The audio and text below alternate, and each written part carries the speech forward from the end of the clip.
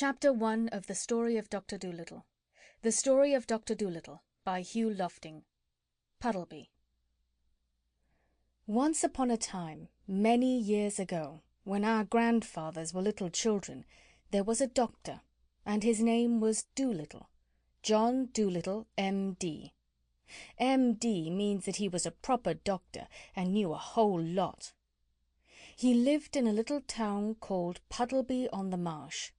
All the folks, young and old, knew him well by sight, and whenever he walked down the street in his high hat, everyone would say, "There goes the doctor. He's a clever man." And the dogs and the children would all run up and follow behind him, and even the crows that lived in the church tower would caw and nod their heads.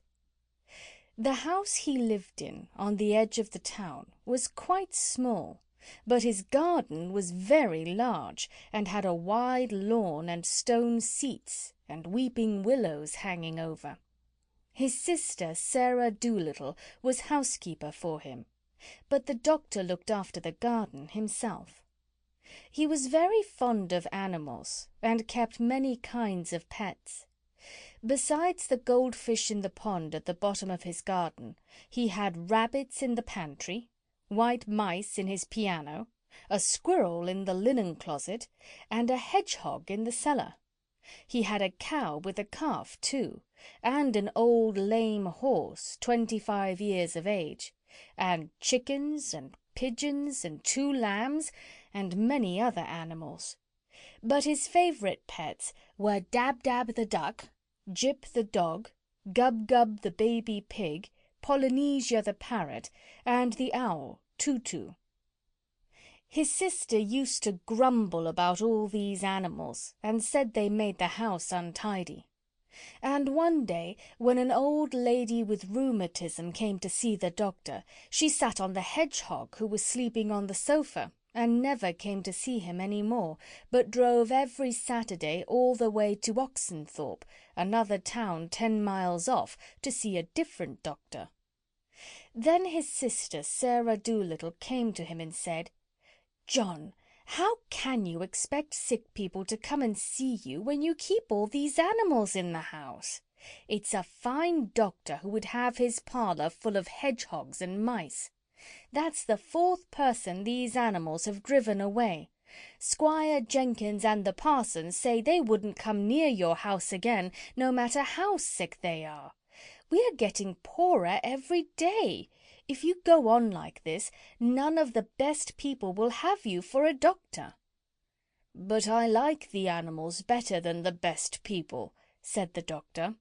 "You are ridiculous," said his sister, and walked out of the room.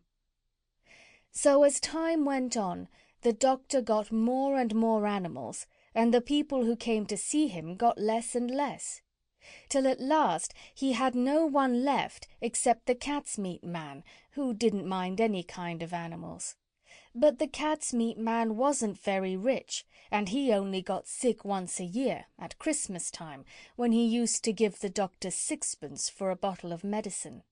6pence a year wasn't enough to live on, even in those days long ago, and if the doctor hadn't had some money saved up in his money-box, no one knows what would have happened. And he kept on getting still more pets, and of course it cost a lot to feed them, and the money he had saved up grew littler and littler. Then he sold his piano and let the mice live in a bureau drawer. But the money he got for that, too, began to go, so he sold the brown suit he wore on Sundays, and went on becoming poorer and poorer. And now, when he walked down the street in his high hat, people would say to one another, "There goes John Dolittle, M.D. There was a time when he was the best-known doctor in the West Country. Look at him now. He hasn't any money, and his stockings are full of holes." But the dogs and the cats and the children still ran up and followed him through the town, the same as they had done when he was rich. End of Chapter 1.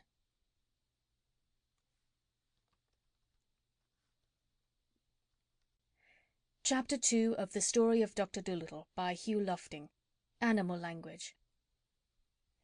It happened one day that the doctor was sitting in his kitchen talking with the cat's meat man, who had come to see him with a stomachache. "Why don't you give up being a people's doctor and be an animal doctor?" asked the cat's meat man.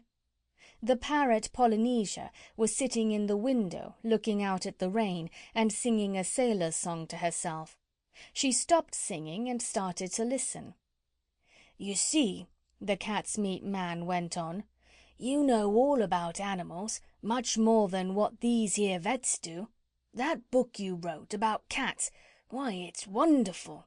I can't read or write myself, or maybe I'd write some books, but my wife Theodosia, she's a scholar, she is, and she read your book to me. Well, it's wonderful. That's all that can be said. Wonderful. You might have been a cat yourself. You know the way they think. And listen, you can make a lot of money doctoring animals. Do you know that? You see, I'd send all the old women who had sick cats or dogs to you, and if they didn't get sick fast enough I could put something in the meat I sell to make 'em sick, see?" "Oh, no," said the doctor quickly. "You mustn't do that. That wouldn't be right." "Oh, I didn't mean real sick," answered the cat's meat man. "Just a little something to make them droopy like was what I had reference to. But as you say, maybe it ain't quite fair on the animals. But they'll get sick anyway, because the old women always give 'em too much to eat. And look, all the farmers round about who had lame horses and weak lambs, they'd come. Be an animal doctor." When the cat's meat man had gone, the parrot flew off the window onto the doctor's table and said, "That man's got sense. That's what you ought to do. Be an animal doctor. Give the silly people up. If they haven't brains enough to see you're the best doctor in the world, take care of animals instead. They'll soon find out. Be an animal doctor."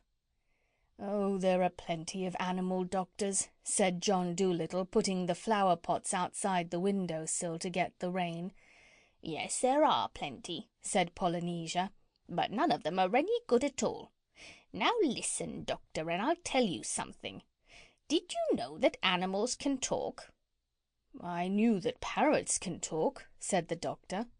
"Oh, we parrots can talk in 2 languages, people's language and bird language," said Polynesia proudly.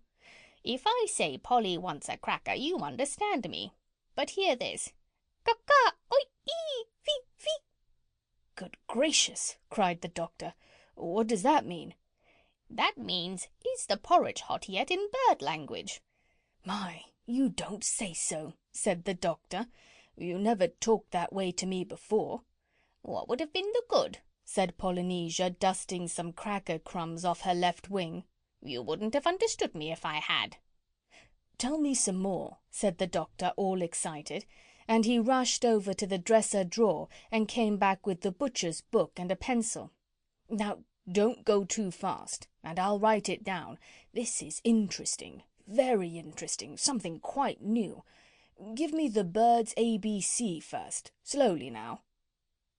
So that was the way the doctor came to know that animals had a language of their own and could talk to one another.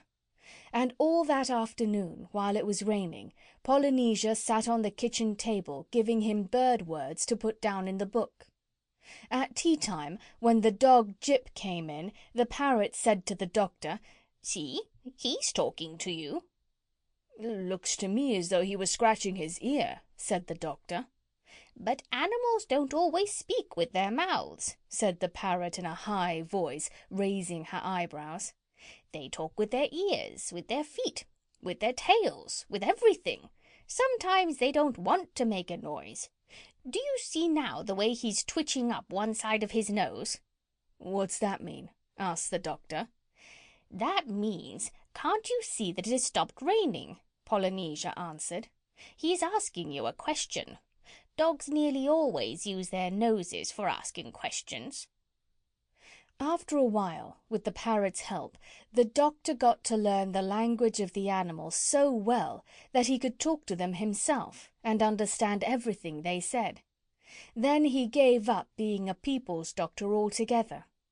As soon as the cat's meat man had told everyone that John Dolittle was going to become an animal doctor, old ladies began to bring him their pet pugs and poodles who had eaten too much cake, and farmers came many miles to show him sick cows and sheep. One day a plough-horse was brought to him, and the poor thing was terribly glad to find a man who could talk in horse language.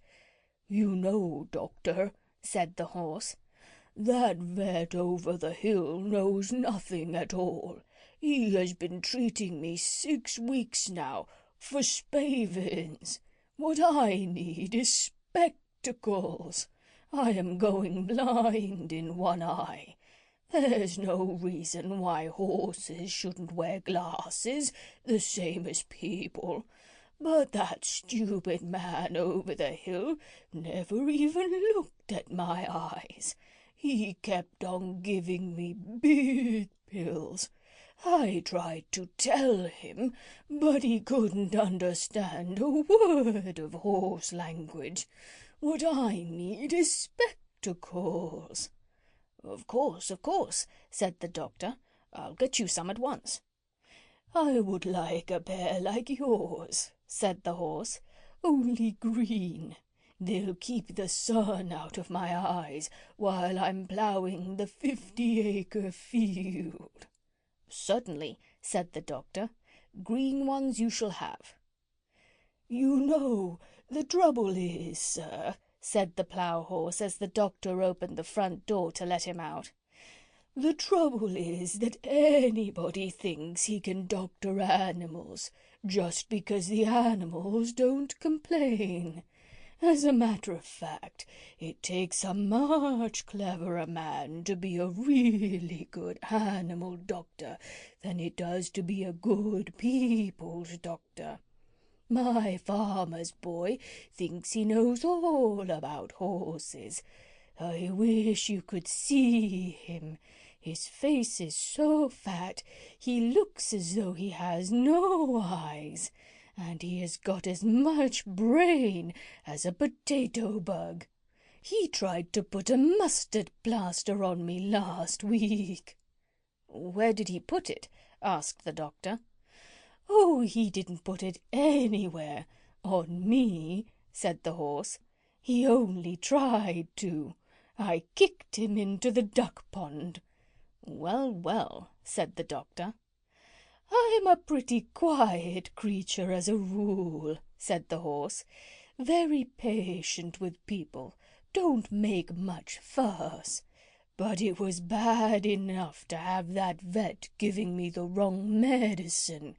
And when that red-faced booby started to monkey with me, I just couldn't bear it any more."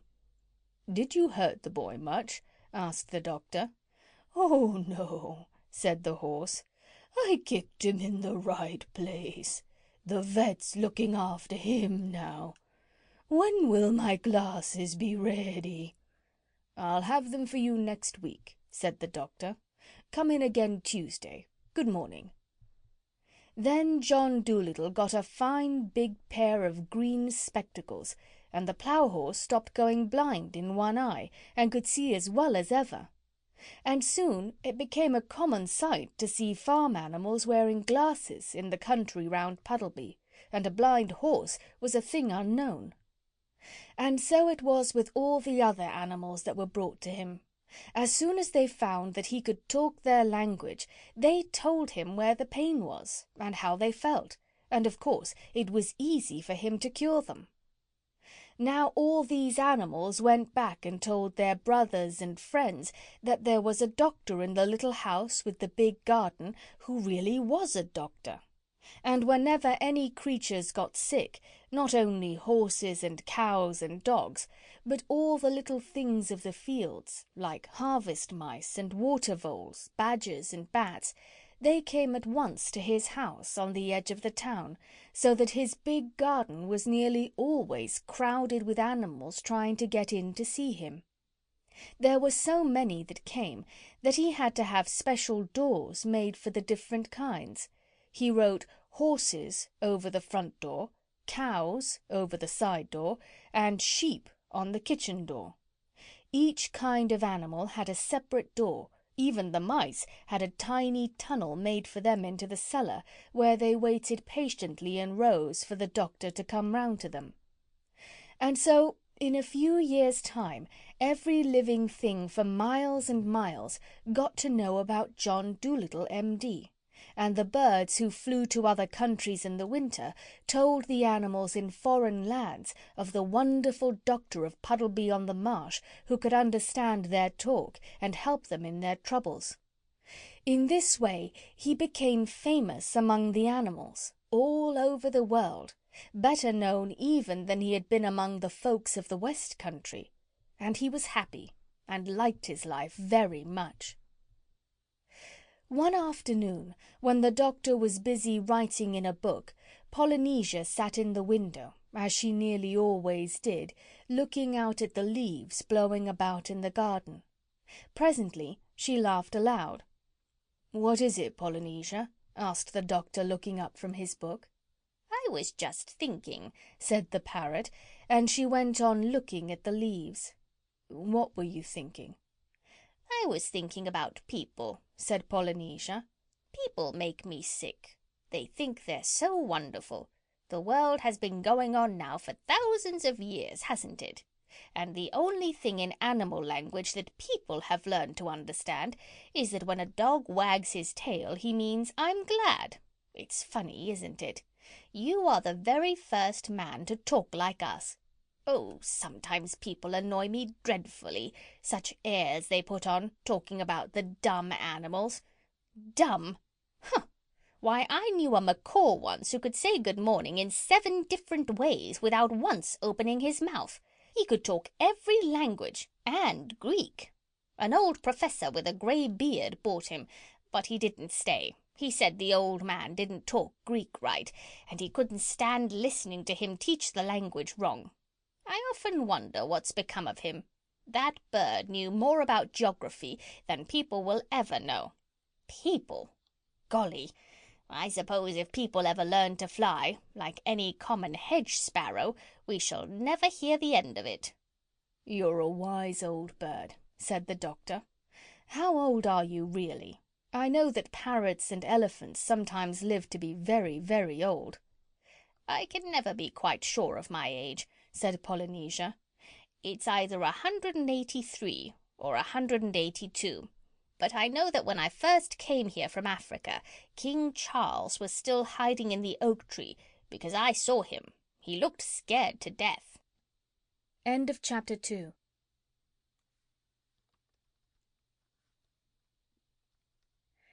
Chapter 3 of The Story of Doctor Dolittle by Hugh Lofting. More money troubles. And soon now the doctor began to make money again, and his sister Sarah bought a new dress and was happy. Some of the animals who came to see him were so sick that they had to stay at the doctor's house for a week, and when they were getting better they used to sit in chairs on the lawn. And often, even after they got well, they did not want to go away. They liked the doctor and his house so much. And he never had the heart to refuse them when they asked if they could stay with him. So in this way he went on getting more and more pets. Once, when he was sitting on his garden wall smoking a pipe in the evening, an Italian organ-grinder came round with a monkey on a string. The doctor saw at once that the monkey's collar was too tight and that he was dirty and unhappy. So he took the monkey away from the Italian, gave the man a shilling, and told him to go. The organ-grinder got awfully angry and said that he wanted to keep the monkey. But the doctor told him that if he didn't go away he would punch him on the nose. John Dolittle was a strong man, though he wasn't very tall. So the Italian went away, saying rude things, and the monkey stayed with Dr. Dolittle and had a good home. The other animals in the house called him Chi-Chi, which is a common word in monkey language, meaning ginger. And another time, when the circus came to Puddleby, the crocodile who had a bad toothache escaped at night and came into the doctor's garden. The doctor talked to him in crocodile language and took him into the house and made his tooth better. But when the crocodile saw what a nice house it was, with all the different places for the different kinds of animals, he too wanted to live with the doctor. He asked if he couldn't sleep in the fish pond at the bottom of the garden if he promised not to eat the fish. When the circus men came to take him back, he got so wild and savage that he frightened them away.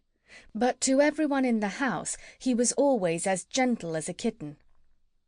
But now the old ladies grew afraid to send their lapdogs to Dr. Dolittle because of the crocodile, and the farmers wouldn't believe that he would not eat the lambs and sick calves they brought to be cured. So the doctor went to the crocodile and told him he must go back to his circus. But he wept such big tears and begged so hard to be allowed to stay that the doctor hadn't the heart to turn him out.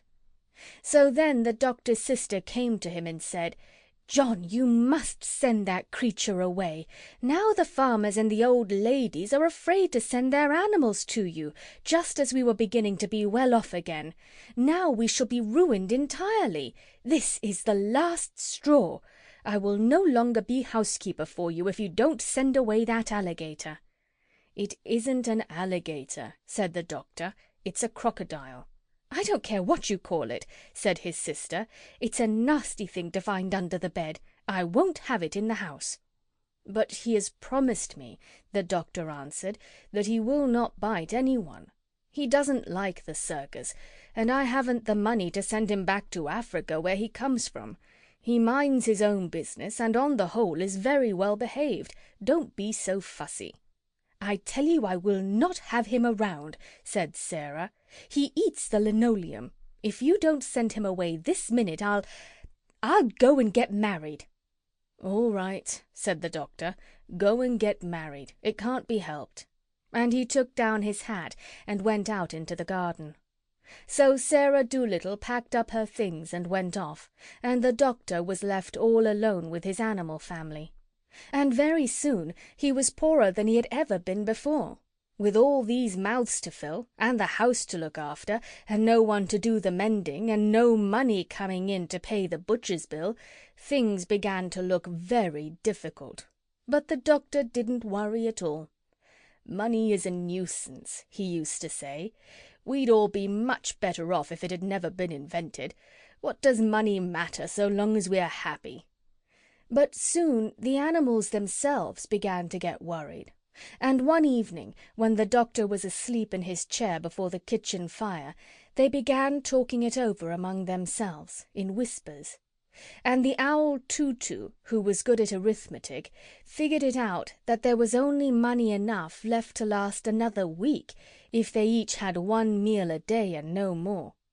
Then the parrot said, "I think we all ought to do the housework ourselves. At least we can do that much. After all, it is for our sakes that the old man finds himself so lonely and so poor." So it was agreed that the monkey, Chee-Chee, was to do the cooking and mending. The dog was to sweep the floors, the duck was to dust and make the beds, the owl Tutu was to keep the accounts, and the pig was to do the gardening. They made Polynesia the parrot housekeeper and laundress, because she was the oldest. Of course, at first they all found their new jobs very hard to do, all except Chee-Chee, who had hands and could do things like a man. But they soon got used to it, and they used to think it great fun to watch Jip the dog sweeping his tail over the floor with a rag tied onto it for a broom. After a little they got to do the work so well that the doctor said that he had never had his house kept so tidy or so clean before. In this way things went along all right for a while, but without money they found it very hard. Then the animals made a vegetable and flower stall outside the garden gate and sold radishes and roses to the people that passed by along the road. But still they didn't seem to make enough money to pay all the bills, and still the doctor wouldn't worry. When the parrot came to him and told him that the fishmonger wouldn't give them any more fish, he said, "Never mind. So long as the hens lay eggs and the cow gives milk, we can have omelettes and junket. And there are plenty of vegetables left in the garden. The winter is still a long way off. Don't fuss. That was the trouble with Sarah. She would fuss. I wonder how Sarah's getting on. An excellent woman in some ways. Well, well.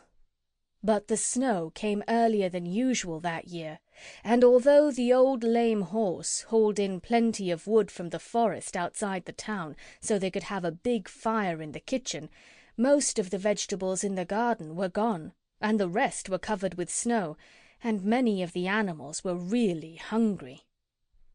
End of Chapter 3.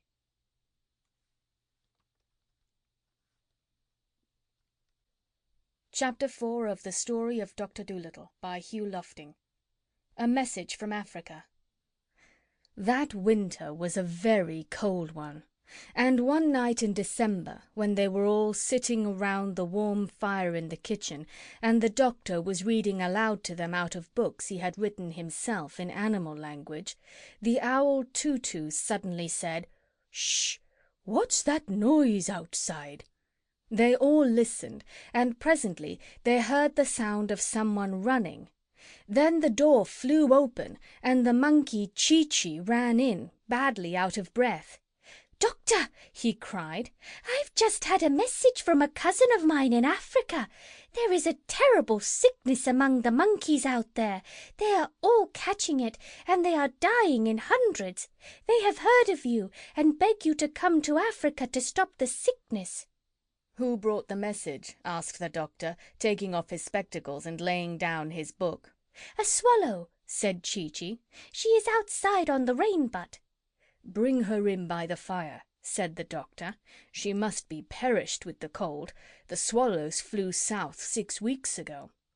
So the swallow was brought in, all huddled and shivering, and although she was a little afraid at first, she soon got warmed up and sat on the edge of the mantelpiece and began to talk.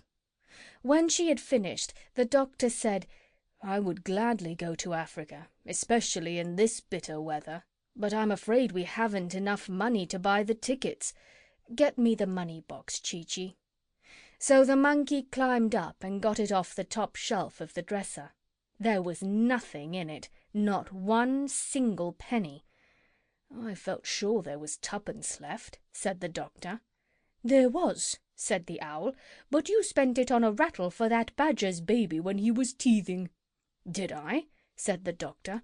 Dear me, what a nuisance money is, to be sure. Well, never mind. Perhaps if I go down to the seaside I shall be able to borrow a boat that will take us to Africa. I knew a seaman once who brought his baby to me with measles. Maybe he'll lend us his boat. The baby got well." So early the next morning the doctor went down to the seashore, and when he came back he told the animals it was all right. The sailor was going to lend them the boat.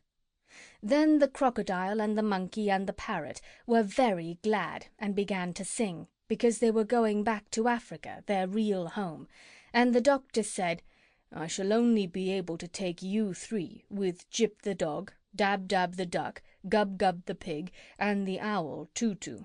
The rest of the animals, like the dormice and the water voles and the bats, they will have to go back and live in the fields where they were born till we come home again.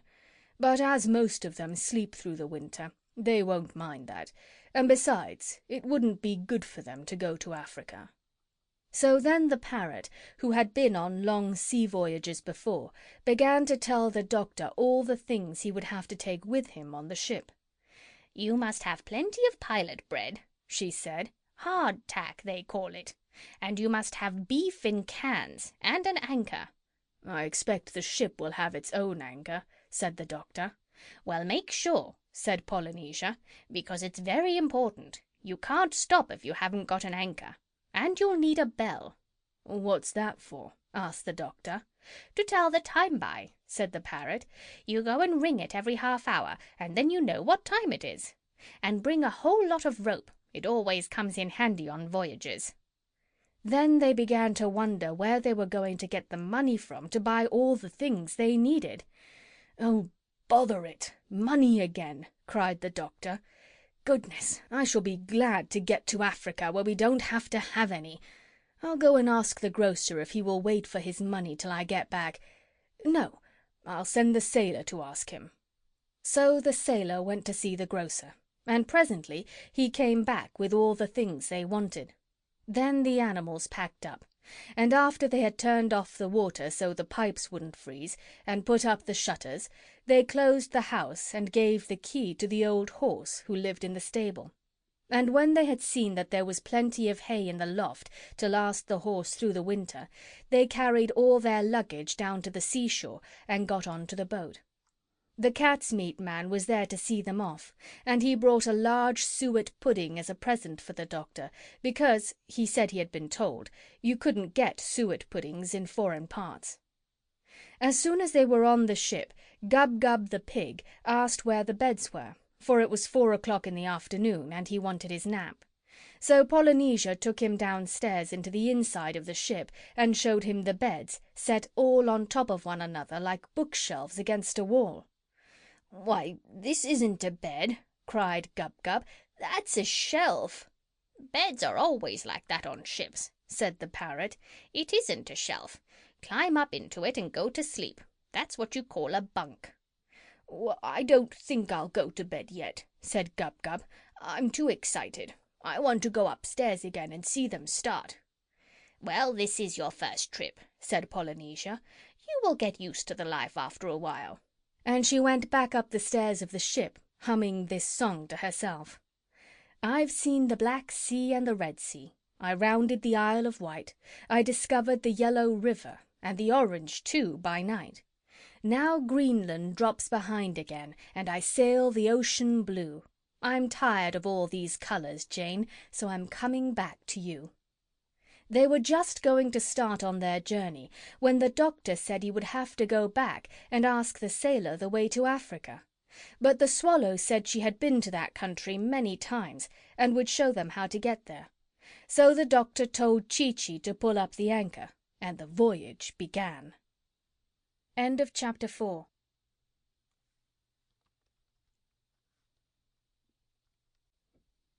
Chapter 5 of The Story of Doctor Dolittle by Hugh Lofting.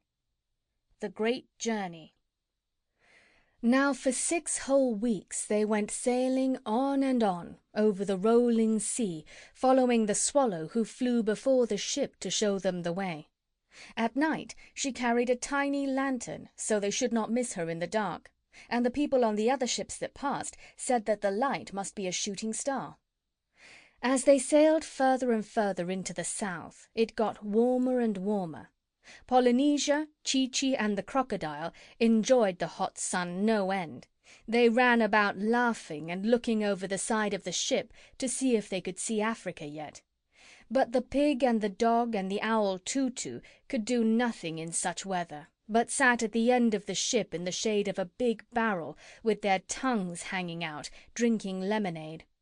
Dab-Dab the duck used to keep herself cool by jumping into the sea and swimming behind the ship, and every once in a while, when the top of her head got too hot, she would dive under the ship and come up on the other side. In this way, too, she used to catch herrings on Tuesdays and Fridays, when everybody on the boat ate fish to make the beef last longer. When they got near to the equator, they saw some flying fishes coming towards them, and the fishes asked the parrot if this was Dr. Dolittle's ship. When she told them it was, they said they were glad, because the monkeys in Africa were getting worried that he would never come. Polynesia asked them how many miles they had yet to go, and the flying fishes said it was only 55 miles now to the coast of Africa. And another time a whole school of porpoises came dancing through the waves, and they too asked Polynesia if this was the ship of the famous doctor. And when they heard that it was, they asked the parrot if the doctor wanted anything for his journey. And Polynesia said, "Yes, we have run short of onions." "There is an island not far from here," said the porpoises, "where the wild onions grow tall and strong. Keep straight on. We will get some and catch up to you." So the porpoises dashed away through the sea, and very soon the parrot saw them again, coming up behind, dragging the onions through the waves in big nets made of seaweed. The next evening, as the sun was going down, the doctor said, "Get me the telescope, Chee-Chee. Our journey is nearly ended. Very soon we should be able to see the shores of Africa." And about half an hour later, sure enough, they thought they could see something in front that might be land. But it began to get darker and darker, and they couldn't be sure. Then a great storm came up, with thunder and lightning. The wind howled, the rain came down in torrents, and the waves got so high they splashed right over the boat. Presently there was a big bang. The ship stopped and rolled over on its side. "What's happened?" asked the doctor, coming up from downstairs. "I'm not sure," said the parrot, "but I think we're shipwrecked. Tell the duck to get out and see." So Dab-Dab dived right down under the waves, and when she came up, she said they had struck a rock. There was a big hole in the bottom of the ship, the water was coming in, and they were sinking fast. "We must have run into Africa," said the doctor. Dear me, dear me. Well, we must all swim to land." But Chee-Chee and Gub-Gub did not know how to swim. "Get the rope," said Polynesia. "I told you it would come in handy. Where's that duck? Come here, Dab-Dab. Take this end of the rope, fly to the shore, and tie it onto a palm tree, and we'll hold the other end on the ship here. Then those that can't swim must climb along the rope till they reach the land. That's what you call a lifeline." So they all got safely to the shore, some swimming, some flying, and those that climbed along the rope brought the doctor's trunk and handbag with them. But the ship was no good any more, with the big hole in the bottom, and presently the rough sea beat it to pieces on the rocks, and the timbers floated away. Then they all took shelter in a nice dry cave they found, high up in the hills, till the storm was over. When the sun came out next morning, they went down to the sandy beach to dry themselves. "Dear old Africa," sighed Polynesia. "It's good to get back. Just think, it will be 169 years tomorrow since I was here, and it hasn't changed a bit. Same old palm trees, same old red earth, same old black ants. There's no place like home." And the others noticed she had tears in her eyes, she was so pleased to see her country once again. Then the doctor missed his high hat, for it had been blown into the sea during the storm, so Dab-Dab went out to look for it, and presently she saw it, a long way off, floating on the water like a toy boat. When she flew down to get it, she found one of the white mice, very frightened, sitting inside it. "What are you doing here?" asked the duck. "You were told to stay behind in Puddleby." "I didn't want to be left behind," said the mouse. "I wanted to see what Africa was like. I have relatives there, so I hid in the baggage and was brought onto the ship with the hardtack. When the ship sank, I was terribly frightened because I cannot swim far. I swam as long as I could, but I soon got all exhausted and thought I was going to sink. And then just at that moment, the old man's hat came floating by, and I got into it because I did not want to be drowned."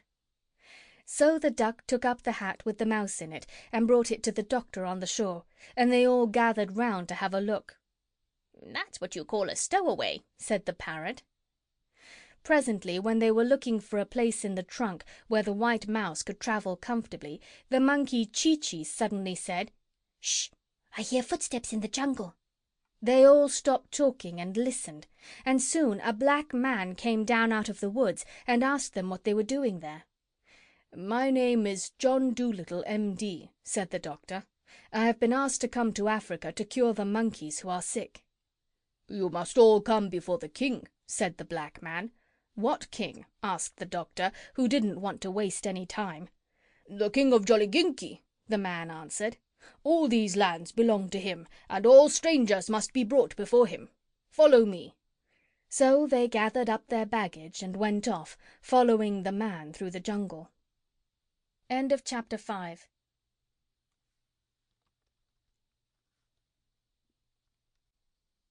Chapter 6 of the Story of Doctor Dolittle by Hugh Lofting.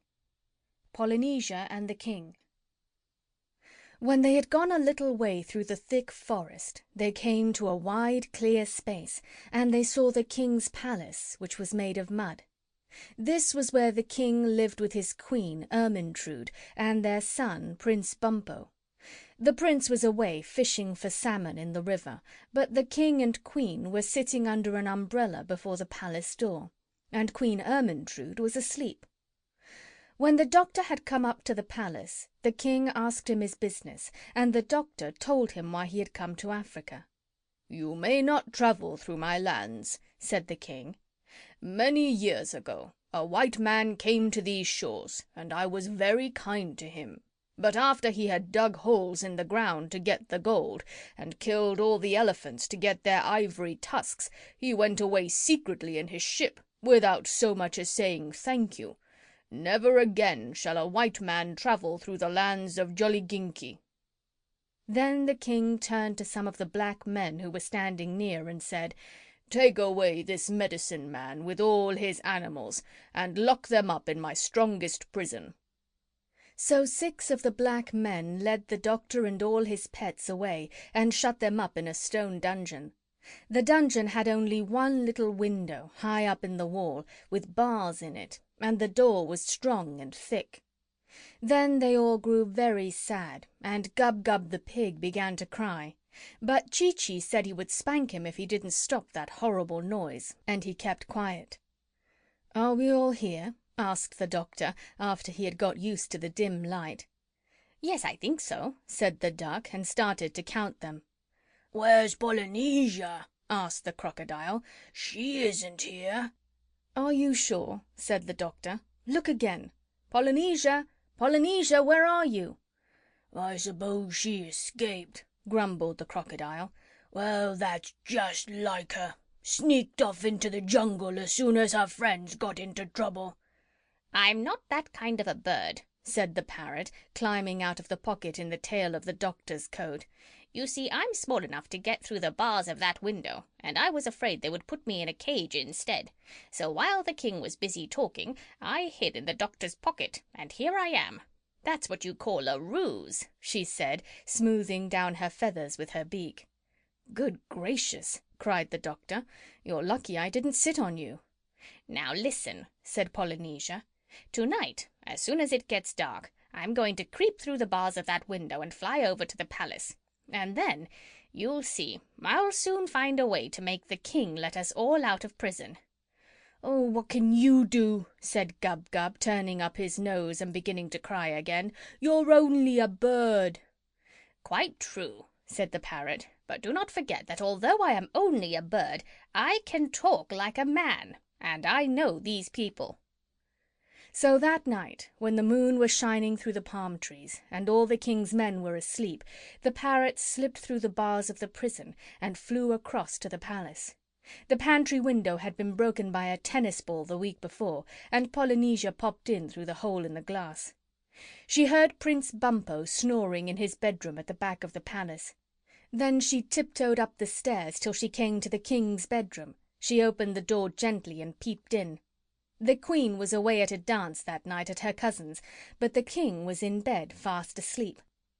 Polynesia crept in very softly and got under the bed. Then she coughed, just the way Dr. Dolittle used to cough. Polynesia could mimic anyone. The king opened his eyes and said sleepily, "Is that you, Ermintrude?" He thought it was the queen come back from the dance. Then the parrot coughed again, loud, like a man, and the king sat up wide awake and said, "Who's that?" "I am Dr. Dolittle," said the parrot, just the way the doctor would have said it. "What are you doing in my bedroom?" cried the king. "How dare you get out of prison? Where are you? I don't see you." But the parrot just laughed, a long, deep, jolly laugh, like the doctor's. "Stop laughing and come here at once so I can see you," said the king. "Foolish king," answered Polynesia. "Have you forgotten that you are talking to John Dolittle, M.D., the most wonderful man on earth? Of course you cannot see me. I have made myself invisible. There is nothing I cannot do. Now listen. I have come here tonight to warn you. If you don't let me and my animals travel through your kingdom, I will make you and all your people sick like the monkeys. For I can make people well, and I can make people ill, just by raising my little finger. Send your soldiers at once to open the dungeon door, or you shall have mumps before the morning sun has risen on the hills of Jolliginki." Then the king began to tremble, and was very much afraid. "Doctor," he cried, "it shall be as you say. Do not raise your little finger, please." and he jumped out of bed and ran to tell the soldiers to open the prison door. As soon as he was gone, Polynesia crept downstairs and left the palace by the pantry window. But the Queen, who was just letting herself in at the back door with a latchkey, saw the parrot getting out through the broken glass. And when the king came back to bed, she told him what she had seen. Then the king understood that he had been tricked, and he was dreadfully angry. He hurried back to the prison at once. But he was too late. The door stood open. The dungeon was empty. The doctor and all his animals were gone. End of chapter 6.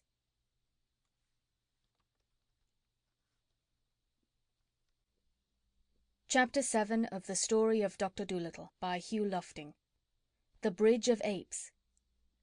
Queen Ermyntrude had never in her life seen her husband so terrible as he got that night.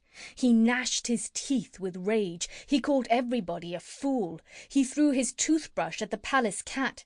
He rushed around in his nightshirt and woke up all his army and sent them into the jungle to catch the doctor.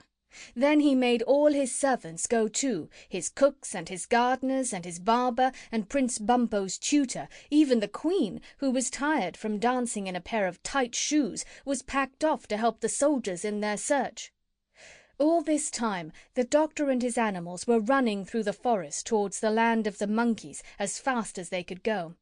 Gub-Gub, with his short legs, soon got tired, and the doctor had to carry him, which made it pretty hard when they had the trunk and the handbag with them as well. The king of the Jolliginki thought it would be easy for his army to find them, because the doctor was in a strange land and would not know his way. But he was wrong, because the monkey Chi-Chi knew all the paths through the jungle, better even than the king's men did. And he led the doctor and his pets to the very thickest part of the forest, a place where no man had ever been before, and hid them all in a big hollow tree between high rocks. "We had better wait here," said Chi-Chi, "till the soldiers have gone back to bed. Then we can go on to the land of the monkeys." So there they stayed the whole night through. They often heard the king's men searching and talking in the jungle round about, but they were quite safe, for no one knew of that hiding place but Chi-Chi, not even the other monkeys. At last, when daylight began to come through the thick leaves overhead, they heard Queen Ermyntrude saying in a very tired voice that it was no use looking any more, that they might as well go back and get some sleep. As soon as the soldiers had all gone home, Chi-Chi brought the doctor and his animals out of the hiding place, and they set off for the land of the monkeys. It was a long, long way, and they often got very tired, especially Gub-Gub. But when he cried, they gave him milk out of the coconuts, which he was very fond of. They always had plenty to eat and drink, because Chi-Chi and Polynesia knew all the different kinds of fruits and vegetables that grow in the jungle, and where to find them, like dates and figs and groundnuts and ginger and yams. They used to make their lemonade out of the juice of wild oranges, sweetened with honey, which they got from the bees' nests in hollow trees. No matter what it was they asked for, Chi-Chi and Polynesia always seemed to be able to get it for them, or something like it. They even got the doctor some tobacco one day, when he had finished what he had brought with him and wanted to smoke. At night they slept in tents made of palm leaves, on thick, soft beds of dried grass. And after a while they got used to walking such a lot, and did not get so tired, and enjoyed the life of travel very much. But they were always glad when the night came and they stopped for their resting time. Then the doctor used to make a little fire of sticks, and after they had had their supper, they would sit around it in a ring, listening to Polynesia singing songs about the sea, or to Chi-Chi telling stories of the jungle. And many of the tales that Chi-Chi told were very interesting, because although the monkeys had no history books of their own before Dr. Dolittle came to write them for them, they remember everything that happens by telling stories to their children. And Chi-Chi spoke of many things his grandmother had told him, tales of long, long, long ago, before Noah and the flood, of the days when men dressed in bearskins and lived in holes in the rock and ate their mutton raw because they did not know what cooking was, never having seen a fire. And he told them of the great mammoths and lizards, as long as a train, that wandered over the mountains in those times, nibbling from the treetops. And often they got so interested listening that when he had finished they found their fire had gone right out, and they had to scurry round to get more sticks and build a new one. Now when the king's army had gone back and told the king they couldn't find the doctor, the king sent them out again and told them they must stay in the jungle till they caught him. So all this time, while the doctor and his animals were going along towards the land of the monkeys, thinking themselves quite safe, they were still being followed by the king's men. If Chee-Chee had known this, he would most likely have hidden them again, but he didn't know it.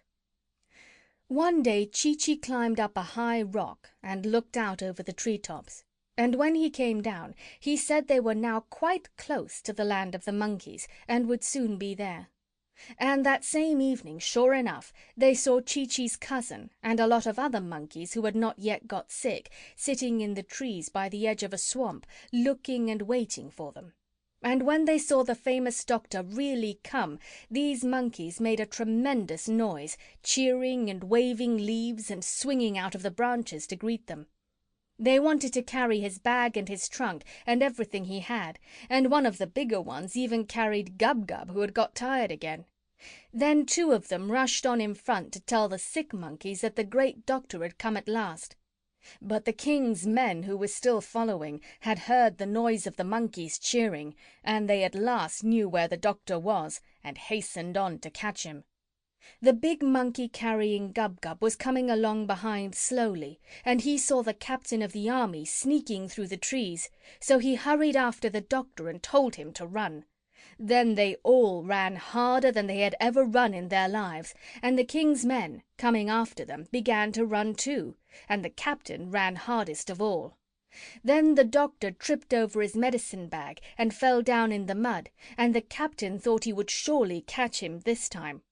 But the captain had very long ears, though his hair was very short, and as he sprang forward to take hold of the doctor, one of his ears caught fast in a tree, and the rest of the army had to stop and help him. By this time the doctor had picked himself up, and on they went again, running and running, and Chee-Chee shouted, "It's all right. We haven't far to go now." But before they could get into the land of the monkeys, they came to a steep cliff with a river flowing below. This was the end of the kingdom of Jolliginki, and the land of the monkeys was on the other side, across the river. And Jip the dog looked down over the edge of the steep cliff and said, "Golly, how are we ever going to get across?" "Oh dear," said Gub-Gub, "the king's men are quite close now. Look at them. I'm afraid we're going to be taken back to prison again." And he began to weep. But the big monkey who was carrying the pig dropped him on the ground and cried out to the other monkeys, "Boys, a bridge! Quick, make a bridge! We've only a minute to do it. They've got the captain loose and he's coming on like a deer. Get lively! A bridge! A bridge!" The doctor began to wonder what they were going to make a bridge out of, and he gazed around to see if they had any boards hidden any place. But when he looked back at the cliff, there, hanging across the river, was a bridge all ready for him, made of living monkeys. For while his back was turned, the monkeys, quick as a flash, had made themselves into a bridge just by holding hands and feet. And the big one shouted to the doctor, walk over, all of you, hurry!" Gub-Gub was a bit scared, walking on such a narrow bridge at that dizzy height above the river, but he got over all right, and so did all of them. John Dolittle was the last to cross, and just as he was getting to the other side, the king's men came rushing up to the edge of the cliff. Then they shook their fists and yelled with rage, for they saw they were too late. The doctor and all his animals were safe in the land of the monkeys, and the bridge was pulled across to the other side. Then Chee-Chee turned to the doctor and said, "Many great explorers and grey-bearded naturalists have lain long weeks hidden in the jungle waiting to see the monkeys do that trick, but we never let a white man get a glimpse of it before. You are the first to see the famous Bridge of Apes." And the doctor felt very pleased. End of Chapter 7.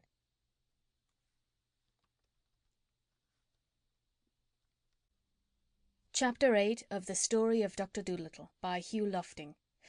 The Leader of the Lions.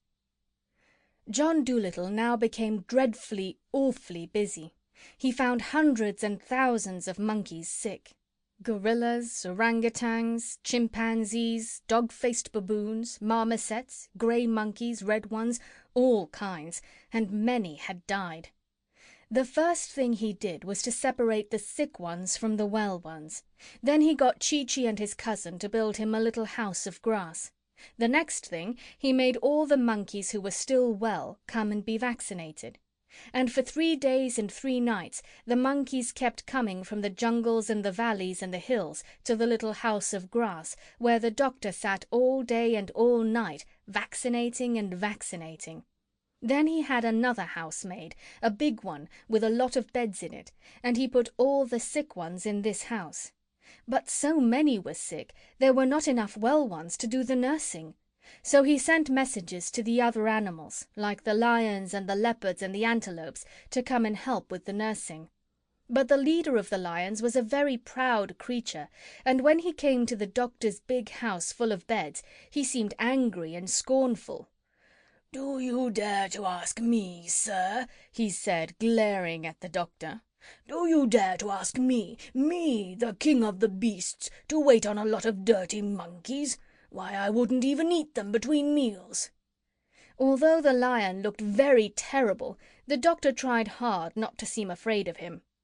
"I didn't ask you to eat them," he said quietly, "and besides, they're not dirty. They've all had a bath this morning. Your coat looks as though it needed brushing badly. Now listen, and I'll tell you something. The day may come when the lions get sick, and if you don't help the other animals now, the lions may find themselves left all alone when they are in trouble. That often happens to proud people." "The lions are never in trouble. They only make trouble," said the leader, turning up his nose. And he stalked away into the jungle, feeling he had been rather smart and clever. Then the leopards got proud too, and said they wouldn't help. And then, of course, the antelopes, although they were too shy and timid to be rude to the doctor like the lion, they pawed the ground and smiled foolishly, and said they had never been nurses before. And now the poor doctor was worried frantic, wondering where he could get help enough to take care of all these thousands of monkeys in bed. But the leader of the lions, when he got back to his den, saw his wife, the Queen Lioness, come running out to meet him with her hair untidy. "One of the cubs won't eat," she said. "I don't know what to do with him. He hasn't taken a thing since last night." And she began to cry and shake with nervousness, for she was a good mother, even though she was a lioness. So the leader went into his den and looked at his children, 2 very cunning little cubs lying on the floor, and one of them seemed quite poorly. Then the lion told his wife, quite proudly, what he had just said to the doctor, and she got so angry she nearly drove him out of the den.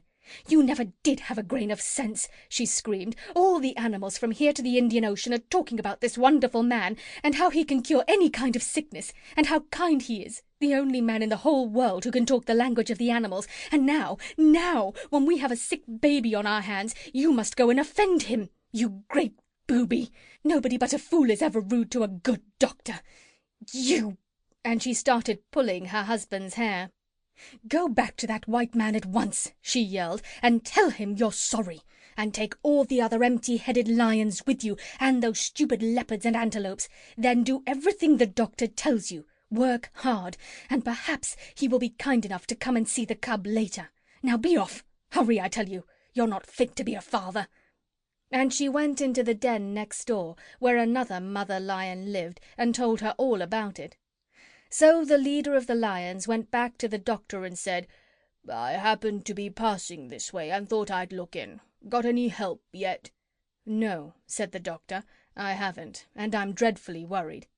"Help's pretty hard to get these days," said the lion. "Animals don't seem to want to work any more. You can't blame them in a way.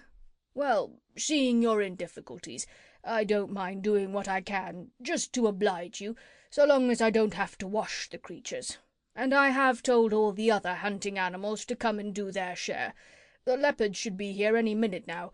Oh, and by the way, we've got a sick cub at home. I don't think there's much the matter with him myself, but the wife is anxious. If you're around that way this evening, you might take a look at him, will you?" Then the doctor was very happy, for all the lions and the leopards and the antelopes and the giraffes and the zebras, all the animals of the forests and the mountains and the plains, came to help him in his work. There were so many of them that he had to send some away, and only kept the cleverest. And now very soon the monkeys began to get better. At the end of a week the big house full of beds was half empty, and at the end of the second week the last monkey had got well. Then the doctor's work was done, and he was so tired he went to bed and slept for 3 days without even turning over. End of Chapter 8.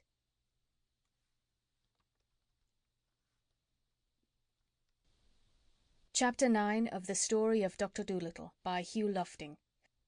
The Monkey's Council. Chee-Chee stood outside the doctor's door, keeping everybody away till he woke up. Then John Dolittle told the monkeys that he must now go back to Puddleby. They were very surprised at this, for they had thought that he was going to stay with them forever. And that night all the monkeys got together in the jungle to talk it over. And the chief chimpanzee rose up and said, "Why is the good man going away? Is he not happy here with us?" But none of them could answer him. And then the grand gorilla got up and said, "I think we should all go to him and ask him to stay. Perhaps if we make him a new house and a bigger bed, and promise him plenty of monkey servants to do work for him and to make life pleasant for him, perhaps then he will not wish to go." Then Chee-Chee got up, and all the others whispered, "Shh! Look! Chee-Chee, the great traveller, is about to speak." And Chee-Chee said to the other monkeys, "My friends, I am afraid it is useless to ask the doctor to stay. He owes money in Puddleby, and he says he must go back and pay it." And the monkeys asked him, "What is money?"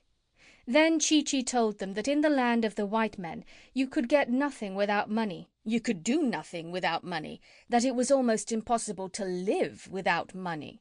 And some of them asked, "But can you not even eat and drink without paying?" But Chee-Chee shook his head. And then he told them that even he, when he was with the organ grinder, had been made to ask the children for money. And the chief chimpanzee turned to the oldest orangutan and said, "Cousin, surely these men be strange creatures. Who would wish to live in such a land? My gracious, how paltry!"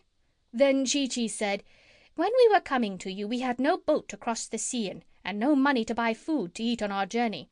So a man lent us some biscuits, and we said we would pay him when we came back. And we borrowed a boat from a sailor, but it was broken on the rocks when we reached the shores of Africa. Now the doctor says he must go back and get the sailor another boat, because the man was poor and his ship was all he had." And the monkeys were all silent for a while, sitting quite still upon the ground and thinking hard. At last the biggest baboon got up and said, "I do not think we ought to let this good man leave our land till we have given him a fine present to take with him, so that he may know we are grateful for all that he has done for us." And a little tiny red monkey who was sitting up in a tree shouted down, "I think that too." And then they all cried out, making a great noise, "Yes, yes, let us give him the finest present a white man ever had." Now they began to wonder and ask one another what would be the best thing to give him. And one said 50 bags of coconuts, and another 100 bunches of bananas. At least he shall not have to buy his fruit in the land where you paid to eat. But Chee-Chee told them that all these things would be too heavy to carry so far, and would go bad before half was eaten. "If you want to please him," he said, "give him an animal. You may be sure he will be kind to it. Give him some rare animal they have not got in the menageries." And the monkeys asked him, "What are menageries?" Then Chee-Chee explained to them that menageries were places in the land of the white men where animals were put in cages for people to come and look at. And the monkeys were very shocked and said to one another, "These men are like thoughtless young ones, stupid and easily amused." "Shh! It is a prison he means." So then they asked Chee-Chee what rare animal it could be that they should give the doctor, one the white men had not seen before. And the major of the marmosets asked, "Have they an iguana over there?" But Chee-Chee said, "Yes, there is one in the London Zoo." And another asked, "Have they an okapi?" But Chee-Chee said, "Yes, in Belgium, where my organ grinder took me 5 years ago, they had an okapi in a big city they called Antwerp." And another asked, "Have they a Pushmi Pullyu?" Then Chee-Chee said, "No, no white man has ever seen a Pushmi Pullyu. Let us give him that." End of Chapter 9.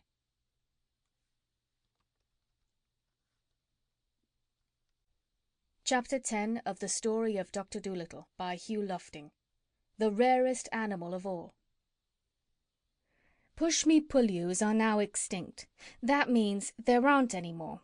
But long ago, when Dr. Dolittle was alive, there were still some left in the deepest jungles of Africa, and even then they were very, very scarce. They had no tail, but a head at each end, and sharp horns on each head. They were very shy and terribly hard to catch. The black men get most of their animals by sneaking up behind them while they're not looking. But you could not do this with the Pushmi Pullyu, because no matter which way you came towards him, he was always facing you. And besides, only one half of him slept at a time. The other head was always awake and watching. This was why they were never caught and never seen in zoos. Though many of the greatest huntsmen and the cleverest menagerie keepers spent years of their lives searching through the jungles in all weathers for Pushmi Pullus, not a single one had ever been caught.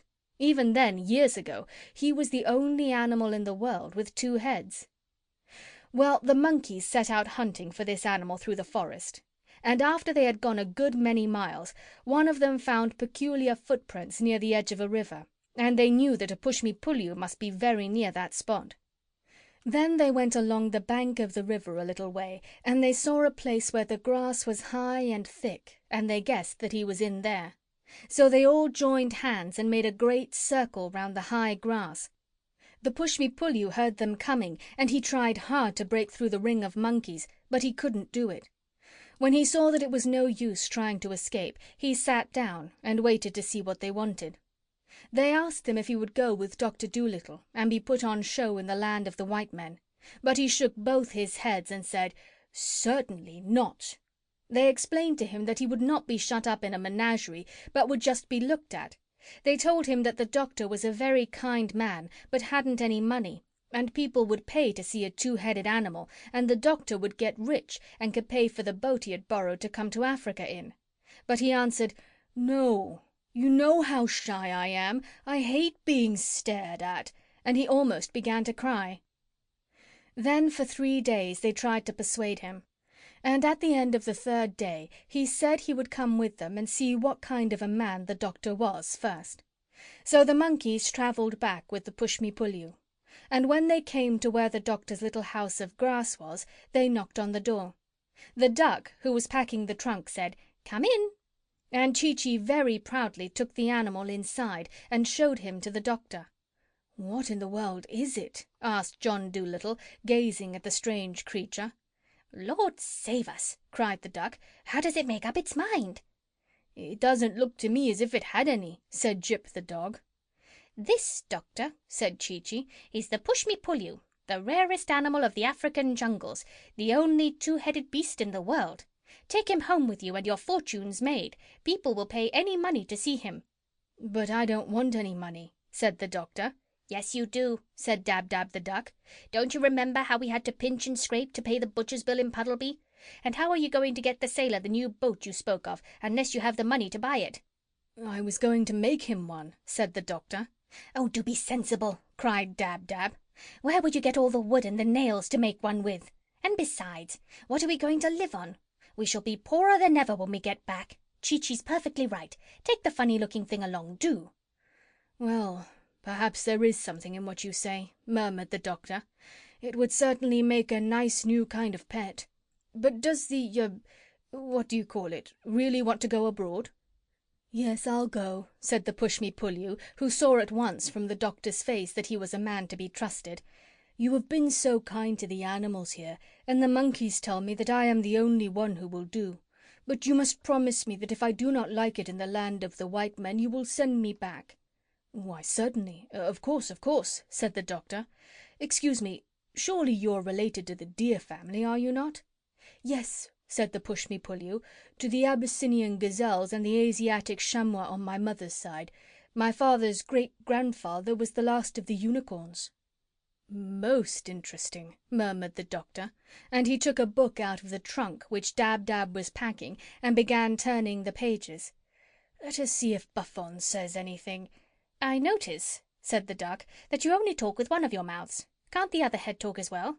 "Oh, yes," said the Pushmi Pullyu, "but I keep the other mouth for eating mostly.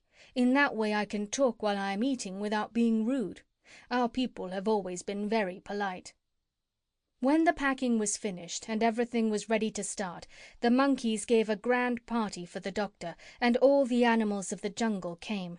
And they had pineapples and mangoes and honey and all sorts of good things to eat and drink.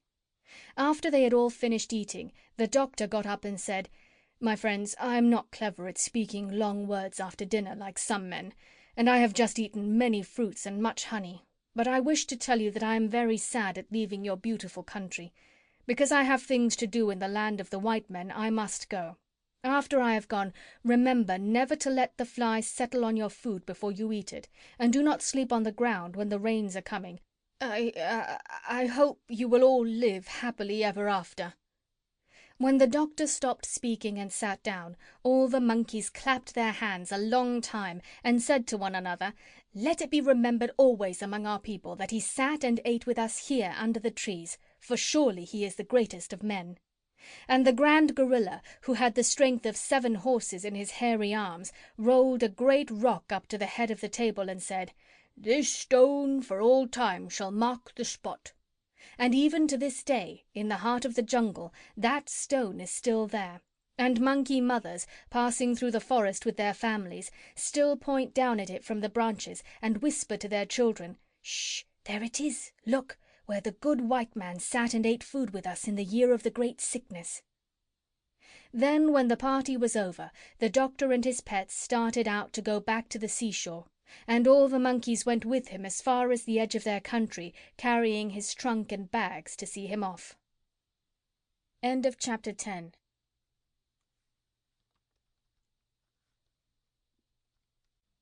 Chapter 11 of The Story of Doctor Dolittle by Hugh Lofting. The Black Prince.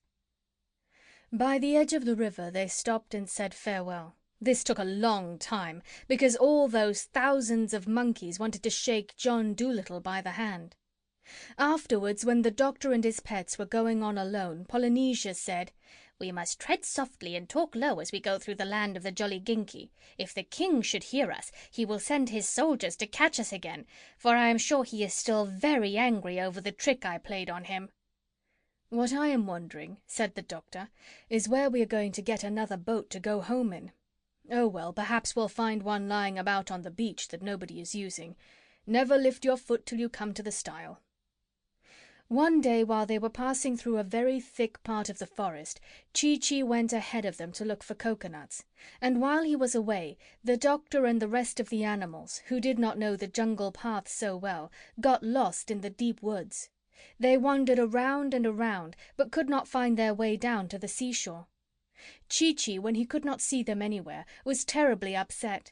He climbed high trees and looked out from the top branches to try and see the Doctor's high hat. He waved and shouted, he called to all the animals by name, but it was no use. They seemed to have disappeared altogether. Indeed, they had lost their way very badly. They had strayed a long way off the path, and the jungle was so thick with bushes and creepers and vines that sometimes they could hardly move at all, and the Doctor had to take out his pocket-knife and cut his way along.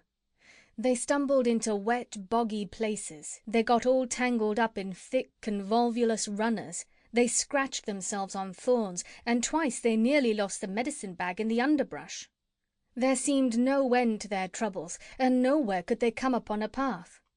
At last, after blundering about like this for many days, getting their clothes torn and their faces covered with mud, they walked right into the king's back garden by mistake.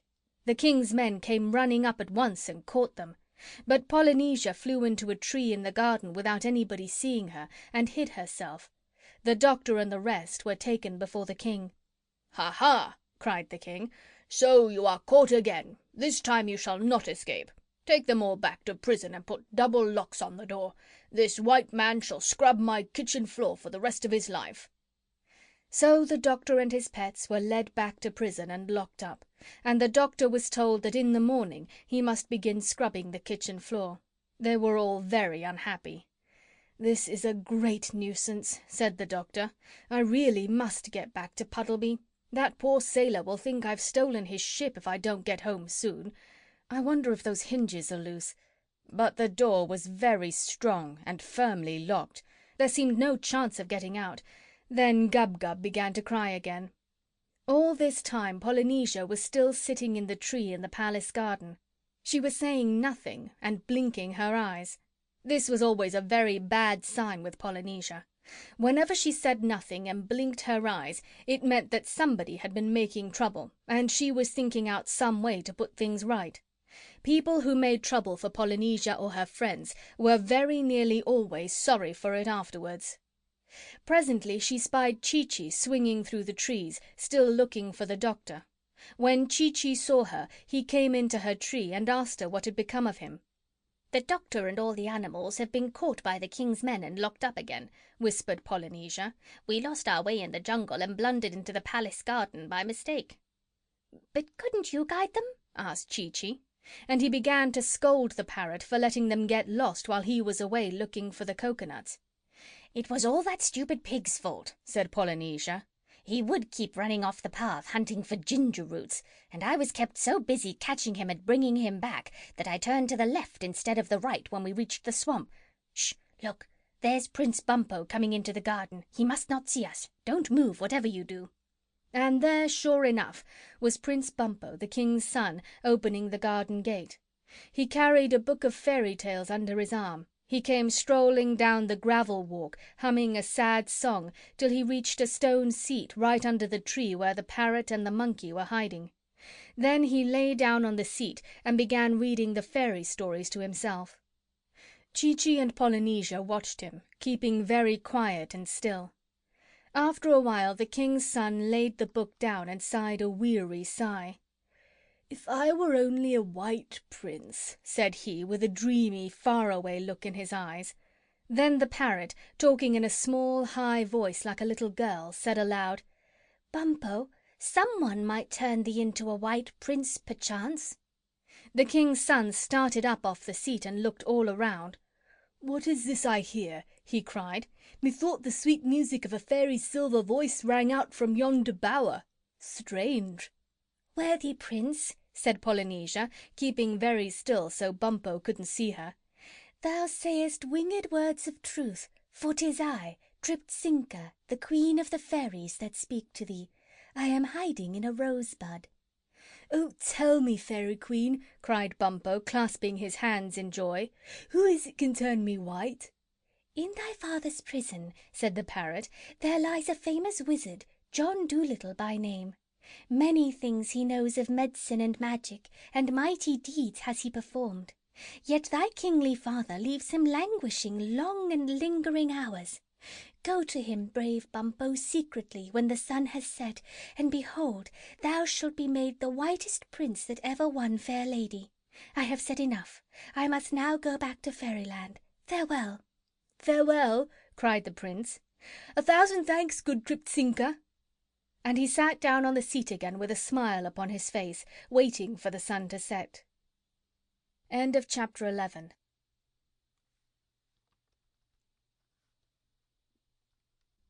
Chapter 12 of the Story of Doctor Dolittle by Hugh Lofting.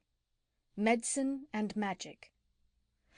Very, very quietly, making sure that no one should see her, Polynesia then slipped out at the back of the tree and flew across to the prison. She found Gub-Gub poking his nose through the bars of the window, trying to sniff the cooking smells that came from the palace kitchen. She told the pig to bring the doctor to the window, because she wanted to speak to him. So Gub-Gub went and woke the doctor, who was taking a nap. "Listen," whispered the parrot, when John Dolittle's face appeared. "Prince Bumpo is coming here tonight to see you, and you've got to find some way to turn him white. But be sure to make him promise you first that he will open the prison door and find a ship for you to cross the sea in." "This is all very well," said the doctor, "but it isn't so easy to turn a black man white. You speak as though he were a dress to be re-dyed. It's not so simple. Shall the leopard change his spots, or the Ethiopian his skin, you know?" "I don't know anything about that," said Polynesia impatiently. "But you must turn this man white. Think of a way. Think hard. You've got plenty of medicines left in the bag. He'll do anything for you if you change his color. It is your only chance to get out of prison." "Well, I suppose it might be possible," said the doctor. "Let me see." And he went over to his medicine bag, murmuring something about liberated chlorine on animal pigment, perhaps zinc ointment as a temporary measure spread thick. Well, that night Prince Bumpo came secretly to the doctor in prison and said to him, "White man, I am an unhappy prince. Years ago I went in search of the Sleeping Beauty, whom I had read of in a book, and having travelled through the world many days, I at last found her and kissed the lady very gently to awaken her, as the book said I should. 'Tis true indeed that she awoke, but when she saw my face she cried out, 'Oh, he's black!' and she ran away and wouldn't marry me, but went to sleep again somewhere else. So I came back, full of sadness, to my father's kingdom. Now I hear that you are a wonderful magician and have many powerful potions, so I came to you for help. If you will turn me white, so that I may go back to the Sleeping Beauty, I will give you half my kingdom, and anything besides you ask."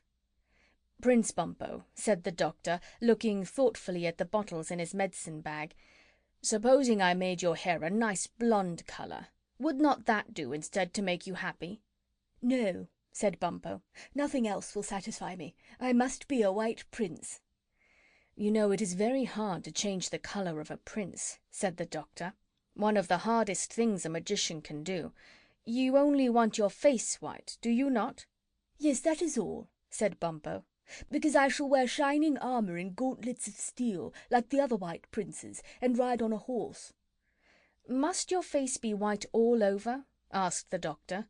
"Yes, all over," said Bumpo, "and I would like my eyes to be blue, but I suppose that would be very hard to do." "Yes, it would," said the doctor quickly.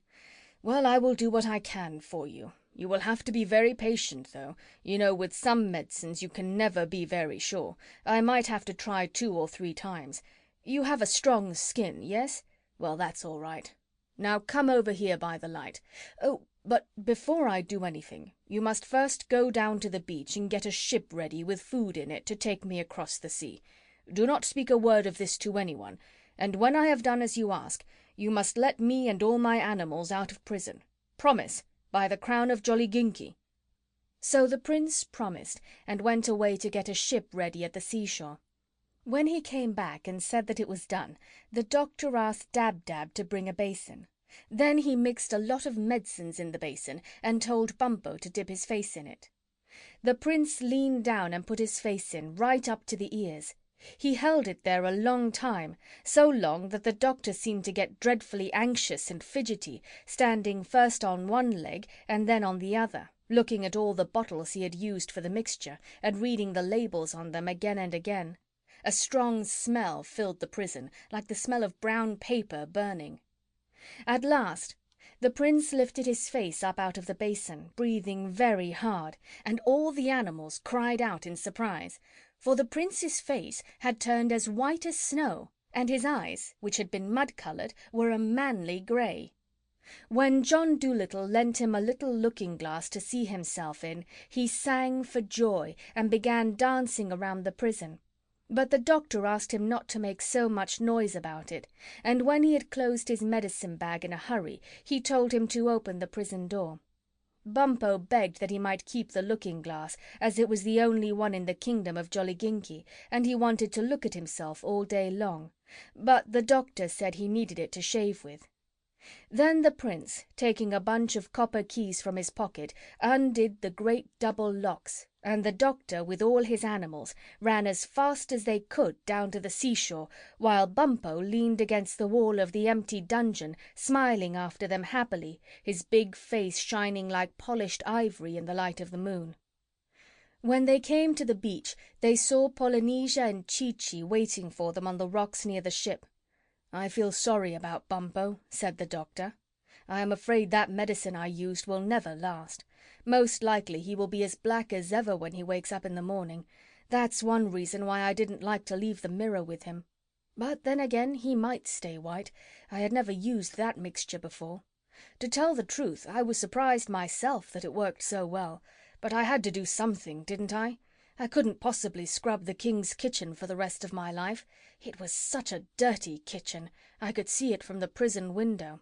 Well, well, Poor Bumpo." "Oh, of course he will know we were just joking with him," said the parrot. "They had no business to lock us up," said Dab-Dab, waggling her tail angrily. "We never did them any harm. Serve him right if he does turn black again. I hope it's a dark black." "But he didn't have anything to do with it," said the doctor. "It was the king, his father, who had us locked up. It wasn't Bumpo's fault. I wonder if I ought to go back and apologize.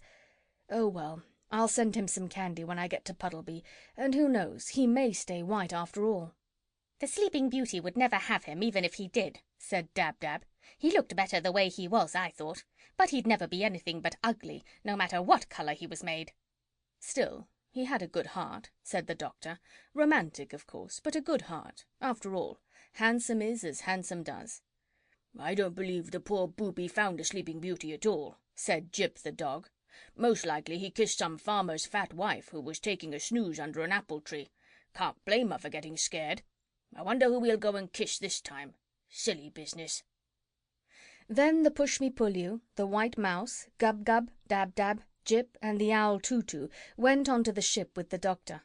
But Chi-Chi, Polynesia, and the crocodile stayed behind, because Africa was their proper home, the land where they were born. And when the doctor stood upon the boat, he looked over the side across the water, and then he remembered that they had no one with them to guide them back to Puddleby. The wide, wide sea looked terribly big and lonesome in the moonlight, and he began to wonder if they would lose their way when they passed out of sight of land. But even while he was wondering, they heard a strange whispering noise high in the air, coming through the night, and the animals all stopped saying goodbye and listened. The noise grew louder and bigger. It seemed to be coming nearer to them, a sound like the autumn wind blowing through the leaves of a poplar tree, or a great, great rain beating down upon a roof. And Jip, with his nose pointing and his tail quite straight, said, "Birds! Millions of them, flying fast, that's it." And then they all looked up, and there, streaming across the face of the moon, like a huge swarm of tiny ants, they could see thousands and thousands of little birds. Soon the whole sky seemed full of them, and still more kept coming, more and more. There were so many that for a little they covered the whole moon so it could not shine, and the sea grew dark and black, like when a storm cloud passes over the sun. And presently all these birds came down close, skimming over the water and the land, and the night sky was left clear above, and the moon shone as before. Still never a call nor a cry nor a song they made, no sound but this great rustling of feathers, which grew greater now than ever. When they began to settle on the sands, along the ropes of the ship, anywhere and everywhere except the trees, the doctor could see that they had blue wings and white breasts and very short feathered legs. As soon as they had all found a place to sit, suddenly there was no noise left anywhere. All was quiet. All was still. And in the silent moonlight John Dolittle spoke. "I had no idea that we had been in Africa so long. It will be nearly summer when we get home, for these are the swallows going back. Swallows, I thank you for waiting for us. It is very thoughtful of you. Now we need not be afraid that we will lose our way upon the sea. Pull up the anchor and set the sail." When the ship moved out upon the water, those who stayed behind, Chi-Chi, Polynesia, and the crocodile, grew terribly sad, for never in their lives had they known anyone they liked so well as Dr. John Dolittle of Puddleby on the Marsh. And after they had called good-bye to him again and again and again, they still stood there upon the rocks, crying bitterly and waving till the ship was out of sight. End of Chapter 12.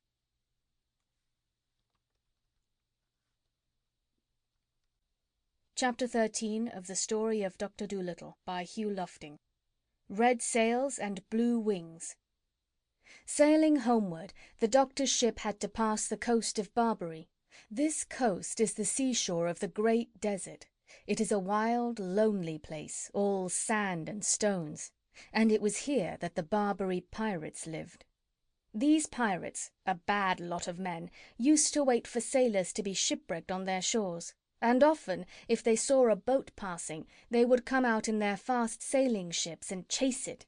When they caught a boat like this at sea, they would steal everything on it, And after they had taken the people off, they would sink the ship and sail back to Barbary singing songs and feeling proud of the mischief they had done.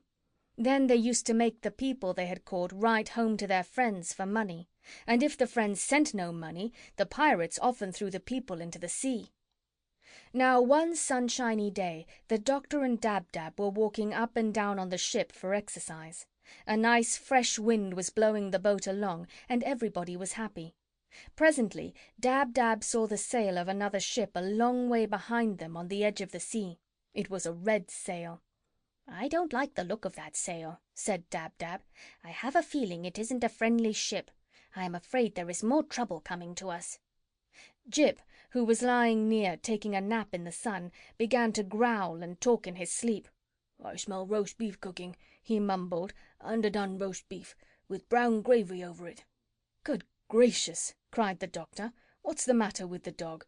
Is he smelling in his sleep as well as talking?" "I suppose he is," said Dab-Dab. "All dogs can smell in their sleep." "But what is he smelling?" asked the Doctor. "There is no roast beef cooking on our ship." "No," said Dab-Dab. "The roast beef must be on that other ship over there." "But that's 10 miles away," said the Doctor. "He couldn't smell that far, surely." "Oh, yes, he could," said Dab-Dab. "You ask him." Then Jip, still fast asleep, began to growl again, and his lip curled up angrily, showing his clean white teeth. "I smell bad men," he growled. "The worst men I ever smelt. I smell trouble. I smell a fight. 6 bad scoundrels fighting against one brave man. I want to help him. Boof! Boof!" Then he barked loud and woke himself up with a surprised look on his face. "See," cried Dab-Dab. "That boat is nearer now. You can count its 3 big sails, all red. Whoever it is, they are coming after us. I wonder who they are." "They are bad sailors," said Jip, "and their ship is very swift. They are surely the Pirates of Barbary." "Well, we must put up more sails on our boat," said the Doctor, "so we can go faster and get away from them. Run downstairs, Jip, and fetch me all the sails you see." The dog hurried downstairs and dragged up every sail he could find. But even when all these were put up on the mast to catch the wind, the boat did not go nearly as fast as the pirates, which kept coming on behind, closer and closer. "This is a poor ship the Prince gave us," said Gub-Gub the pig. "The slowest he could find, I should think. Might as well try to win a race in a soup tureen as hope to get away from them in this old barge. Look how near they are now. You can see the moustaches on the faces of the men, 6 of them. What are we going to do?" Then the Doctor asked Dab-Dab to fly up and tell the swallows that pirates were coming after them in a swift ship, and what should he do about it. When the swallows heard this, they all came down onto the Doctor's ship, and they told him to unravel some pieces of long rope and make them into a lot of thin strings as quickly as he could. Then the ends of these strings were tied onto the front of the ship, and the swallows took hold of the strings with their feet and flew off, pulling the boat along. And although swallows are not very strong when only 1 or 2 are by themselves, it is different when there are a great lot of them together. And there, tied to the Doctor's ship, were 1,000 strings, and 2,000 swallows were pulling on each string, all terribly swift flyers. And in a moment the Doctor found himself travelling so fast he had to hold his hat on with both hands, for he felt as though the ship itself were flying through waves that frothed and boiled with speed. And all the animals on the ship began to laugh and dance about in the rushing air, for when they looked back at the pirate ship they could see that it was growing smaller now instead of bigger. The red sails were being left far, far behind. End of chapter 13.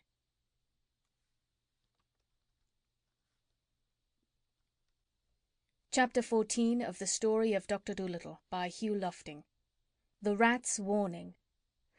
Dragging a ship through the sea is hard work, and after 2 or 3 hours the swallows began to get tired in the wings and short of breath. Then they sent a message down to the Doctor to say they would have to take a rest soon, and that they would pull the boat over to an island not far off and hide it in a deep bay till they had got breath enough to go on. And presently the Doctor saw the island they had spoken of. It had a very beautiful, high, green mountain in the middle of it. When the ship had sailed safely into the bay, where it could not be seen from the open sea, the doctor said he would get off onto the island to look for water, because there was none left to drink on his ship. And he told all the animals to get out too and romp on the grass to stretch their legs. Now, as they were getting off, the doctor noticed that a whole lot of rats were coming up from downstairs and leaving the ship as well. Jip started to run after them, because chasing rats had always been his favourite game, but the doctor told him to stop. And one big black rat, who seemed to want to say something to the doctor, now crept forward timidly along the rail, watching the dog out of the corner of his eye. And after he had coughed nervously 2 or 3 times and cleaned his whiskers and wiped his mouth, he said, You know, of course, that all ships have rats in them, Doctor, do you not?" And the doctor said, "Yes."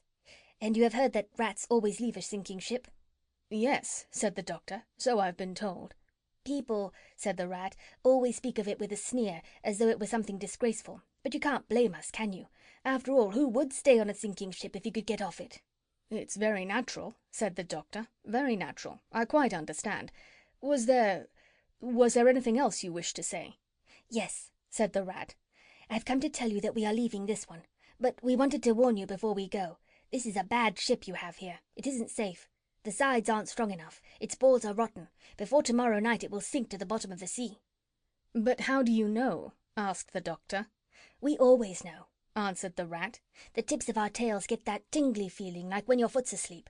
This morning at 6 o'clock, while I was getting breakfast, my tail suddenly began to tingle.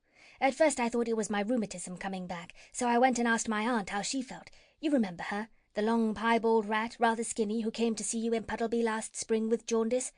Well, she said her tail was tingling like everything.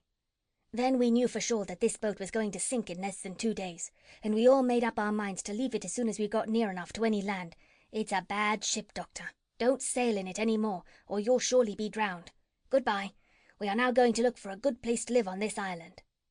"Goodbye," said the doctor. "And thank you very much for coming to tell me. Very considerate of you, very. Give my regards to your aunt. I remember her perfectly. Leave that rat alone, Jip. Come here, lie down." So then the doctor and all his animals went off, carrying pails and saucepans to look for water on the island, while the swallows took their rest. "I wonder what is the name of this island," said the doctor as he was climbing up the mountainside. "It seems a pleasant place. What a lot of birds there are." "Why, these are the Canary Islands," said Dab-Dab. "Don't you hear the canaries singing?" The doctor stopped and listened. "Why, to be sure, of course," he said. "How stupid of me. I wonder if they can tell us where to find water." And presently the canaries, who had heard all about Dr. Dolittle from birds of passage, came and led him to a beautiful spring of cool, clear water, where the canaries used to take their bath. And they showed him lovely meadows where the bird-seed grew, and all the other sights of their island. And the Pushmi Pullyu was glad they had come, because he liked the green grass so much better than the dried apples he had been eating on the ship. And Gub-Gub squeaked for joy when he found a whole valley full of wild sugar-cane.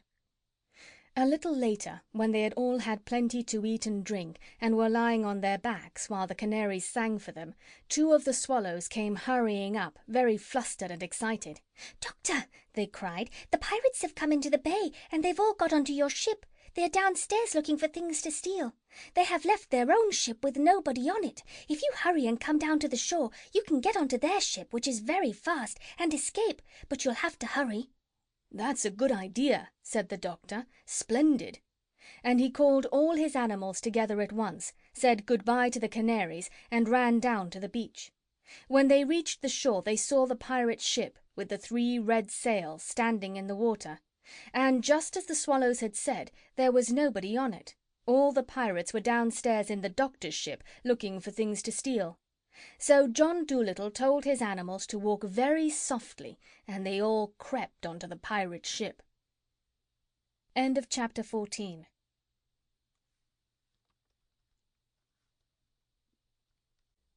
Chapter 15 of the Story of Doctor Dolittle by Hugh Lofting. The Barbary Dragon. Everything would have gone all right if the pig had not caught a cold in his head while eating the damp sugar-cane on the island. This is what happened. After they had pulled up the anchor without a sound and were moving the ship very, very carefully out of the bay, Gub-Gub suddenly sneezed so loud that the pirates on the other ship came rushing upstairs to see what the noise was. As soon as they saw that the Doctor was escaping, they sailed the other boat right across the entrance to the bay so that the Doctor could not get out into the open sea.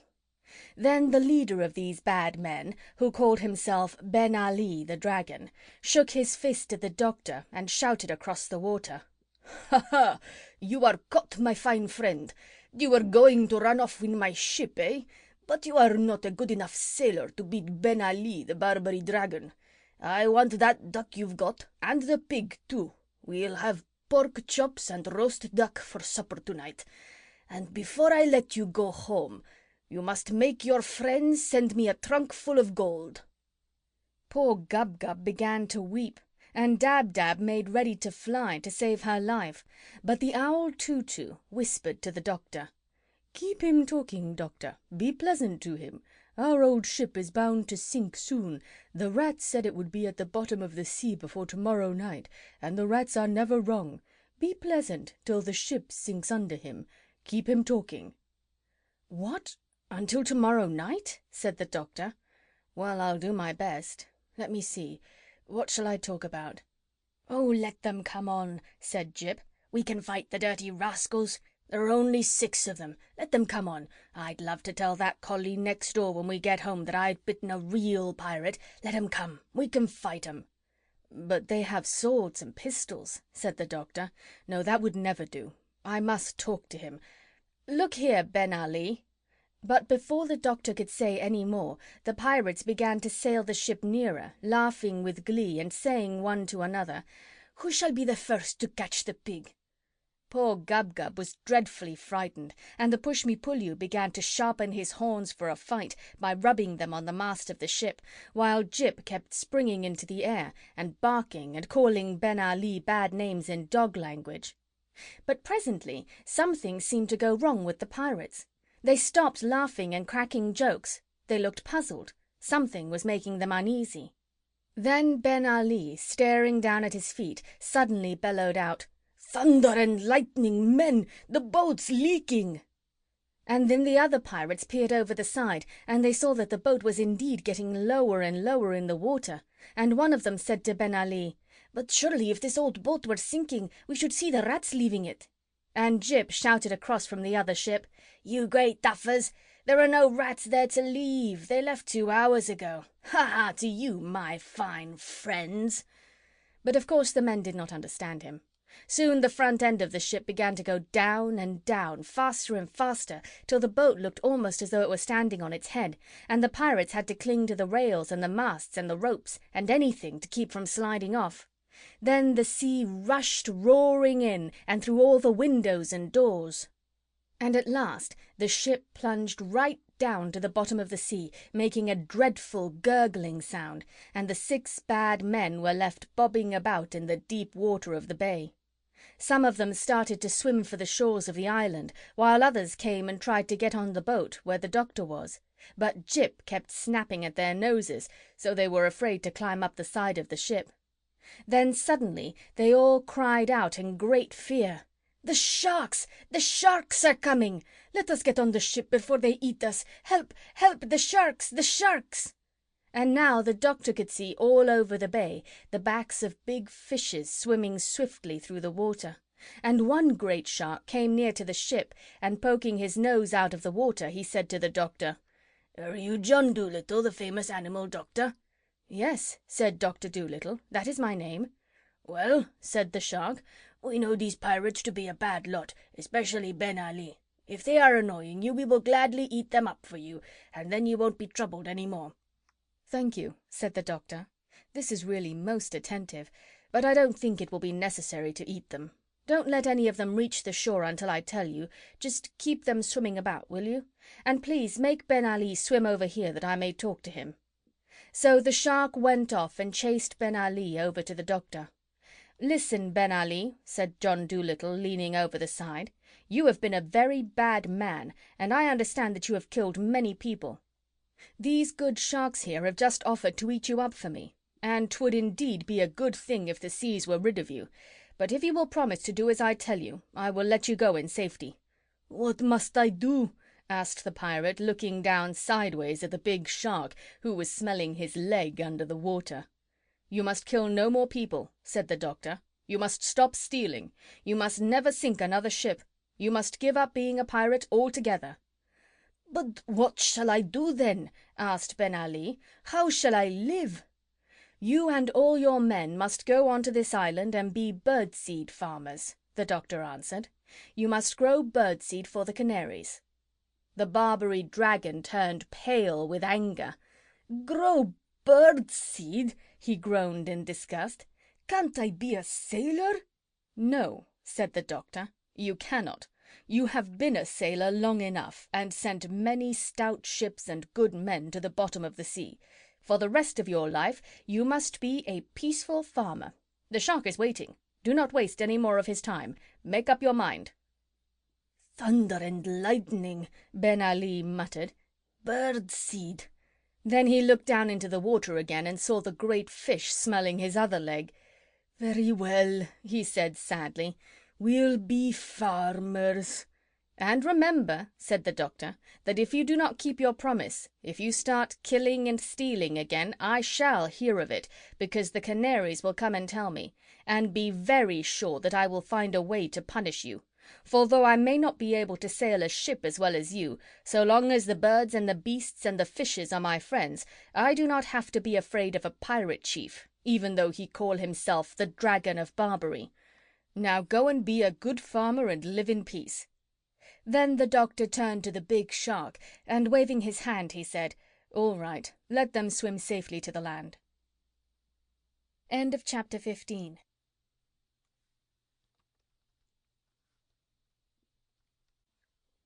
Chapter 16 of the Story of Doctor Dolittle by Hugh Lofting. Tutu the Listener. Having thanked the sharks again for their kindness, the doctor and his pets set off once more on their journey home in the swift ship with the 3 red sails. As they moved out into the open sea, the animals all went downstairs to see what their new boat was like inside, while the doctor leant on the rail at the back of the ship with a pipe in his mouth, watching the Canary Islands fade away in the blue dusk of the evening. While he was standing there, wondering how the monkeys were getting on, and what his garden would look like when he got back to Puddleby, Dab-Dab came tumbling up the stairs, all smiles and full of news. "Doctor," she cried, "this ship of the pirates is simply beautiful, absolutely. The beds downstairs are made of primrose silk, with hundreds of big pillows and cushions. There are thick, soft carpets on the floors, the dishes are made of silver, and there are all sorts of good things to eat and drink, special things. The larder, well, it's just like a shop, that's all. You never saw anything like it in your life. Just think, they kept 5 different kinds of sardines, those men. Come and look. Oh, and we found a little room down there with the door locked, and we are all crazy to get in and see what's inside. Jip says it must be where the pirates kept their treasure, but we can't open the door. Come down and see if you can let us in." So the doctor went downstairs, and he saw that it was indeed a beautiful ship. He found the animals gathered round a little door, all talking at once, trying to guess what was inside. The doctor turned the handle, but it wouldn't open. Then they all started to hunt for the key. They looked under the mat. They looked under all the carpets. They looked in all the cupboards and drawers and lockers, in the big chests in the ship's dining room. They looked everywhere. While they were doing this, they discovered a lot of new and wonderful things that the pirates must have stolen from other ships. Cashmere shawls as thin as cobweb, embroidered with flowers of gold, jars of fine tobacco from Jamaica, carved ivory boxes full of Russian tea, an old violin with a string broken and a picture on the back, a set of big chessmen carved out of coral and amber, a walking stick which had a sword inside it if you pulled the handle, 6 wine glasses with turquoise and silver round the rims, and a lovely great sugar bowl made of mother of pearl. But nowhere in the whole boat could they find a key to fit that lock. So they all came back to the door, and Jip peered through the keyhole, but something had been stood against the wall on the inside, and he could see nothing. While they were standing around, wondering what they should do, the owl Tutu suddenly said, "Shh! Listen! I do believe there's someone in there." They all kept still a moment. Then the doctor said, "You must be mistaken, Tutu. I don't hear anything." "I'm sure of it," said the owl. "Shh! There it is again. Don't you hear that?" "No, I do not," said the doctor. "What kind of a sound is it?" "I hear the noise of someone putting his hand in his pocket," said the owl. "But that hardly makes any sound at all," said the doctor. "You couldn't hear that out here." "Pardon me, but I can," said Tutu. "I tell you there is someone on the other side of that door putting his hand in his pocket. Almost everything makes some noise, if your ears are only sharp enough to catch it. Bats can hear a mole walking in his tunnel under the earth, and they think they're good hearers. But we owls can tell you, using only one ear, the colour of a kitten from the way it winks in the dark." "Well, well," said the doctor, "you surprise me. That's very interesting. Listen again and tell me what he's doing now." "I'm not sure yet," said Tutu, "if it's a man at all. Maybe it's a woman. Lift me up and let me listen at the keyhole, and I'll soon tell you." So the doctor lifted the owl up and held him close to the lock of the door. After a moment Tutu said, "Now he's rubbing his face with his left hand. It is a small hand and a small face. It might be a woman. No. Now he pushes his hair back off his forehead. It's a man all right." "Women sometimes do that," said the doctor. "True," said the owl, "but when they do, their long hair makes quite a different sound. Shh! Make that fidgety pig keep still. Now all hold your breath a moment so I can listen well. This is very difficult, what I'm doing now, and the pesky door is so thick. Shh! Everybody quite still. Shut your eyes and don't breathe." Tutu leaned down and listened again very hard and long. At last he looked up into the doctor's face and said, "The man in there is unhappy. He weeps. He has taken care not to blubber or sniffle, lest we should find out that he is crying, but I heard quite distinctly the sound of a tear falling on his sleeve." "How do you know it wasn't a drop of water falling off the ceiling on him?" asked Gub-Gub. "Pshaw! Such ignorance!" sniffed Tutu. "A drop of water falling off the ceiling would have made 10 times as much noise."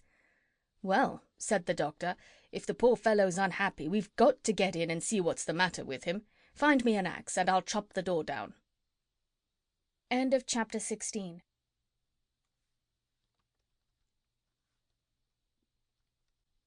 Chapter 17 of The Story of Doctor Dolittle by Hugh Lofting.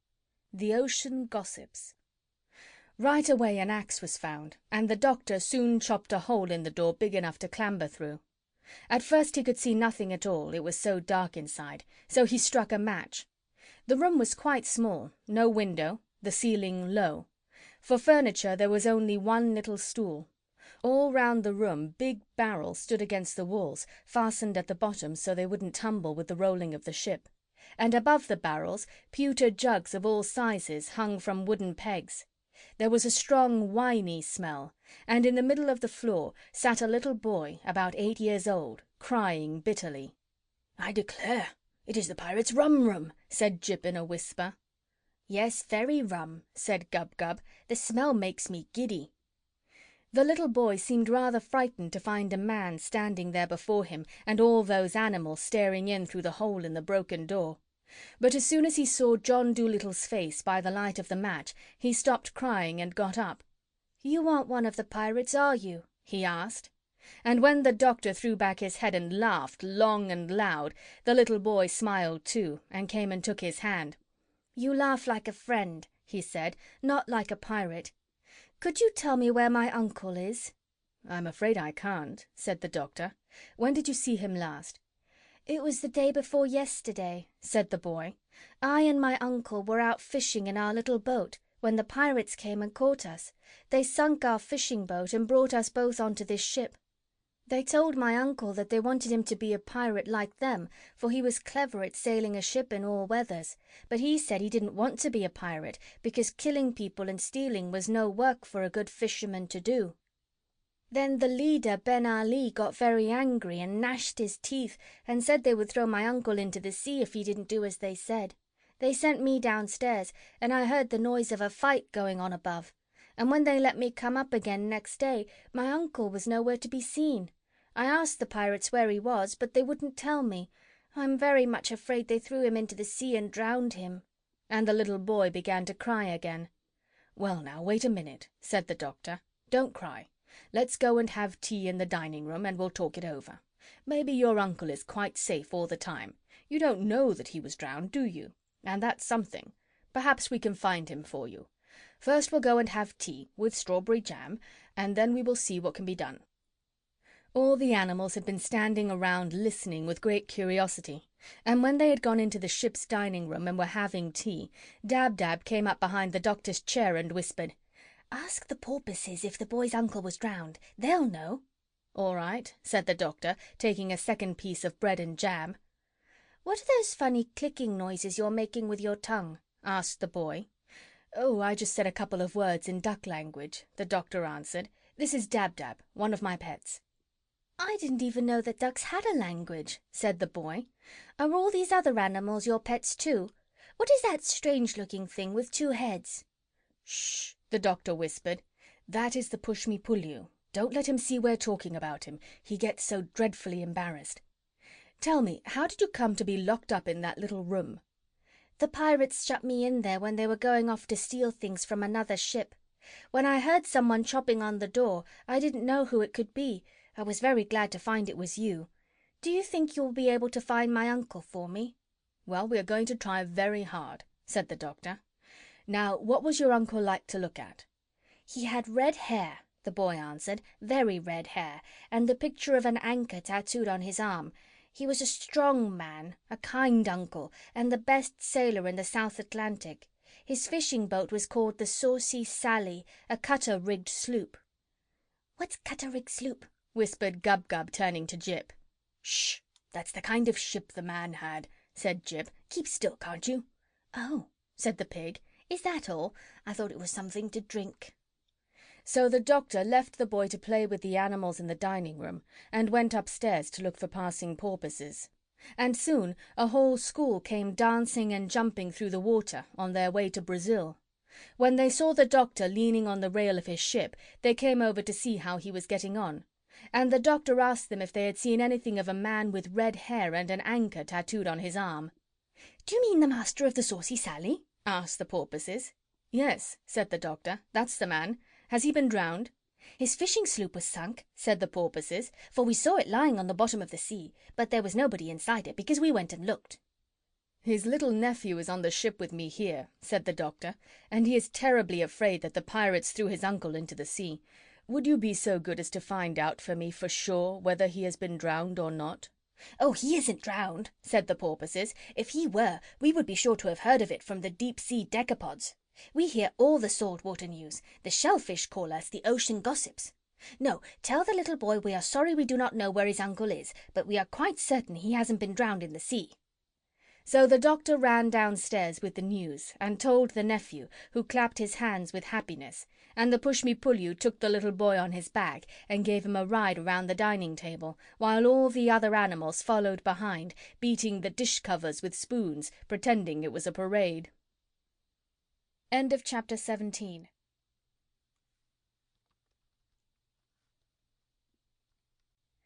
Chapter 18 of the Story of Doctor Dolittle by Hugh Lofting.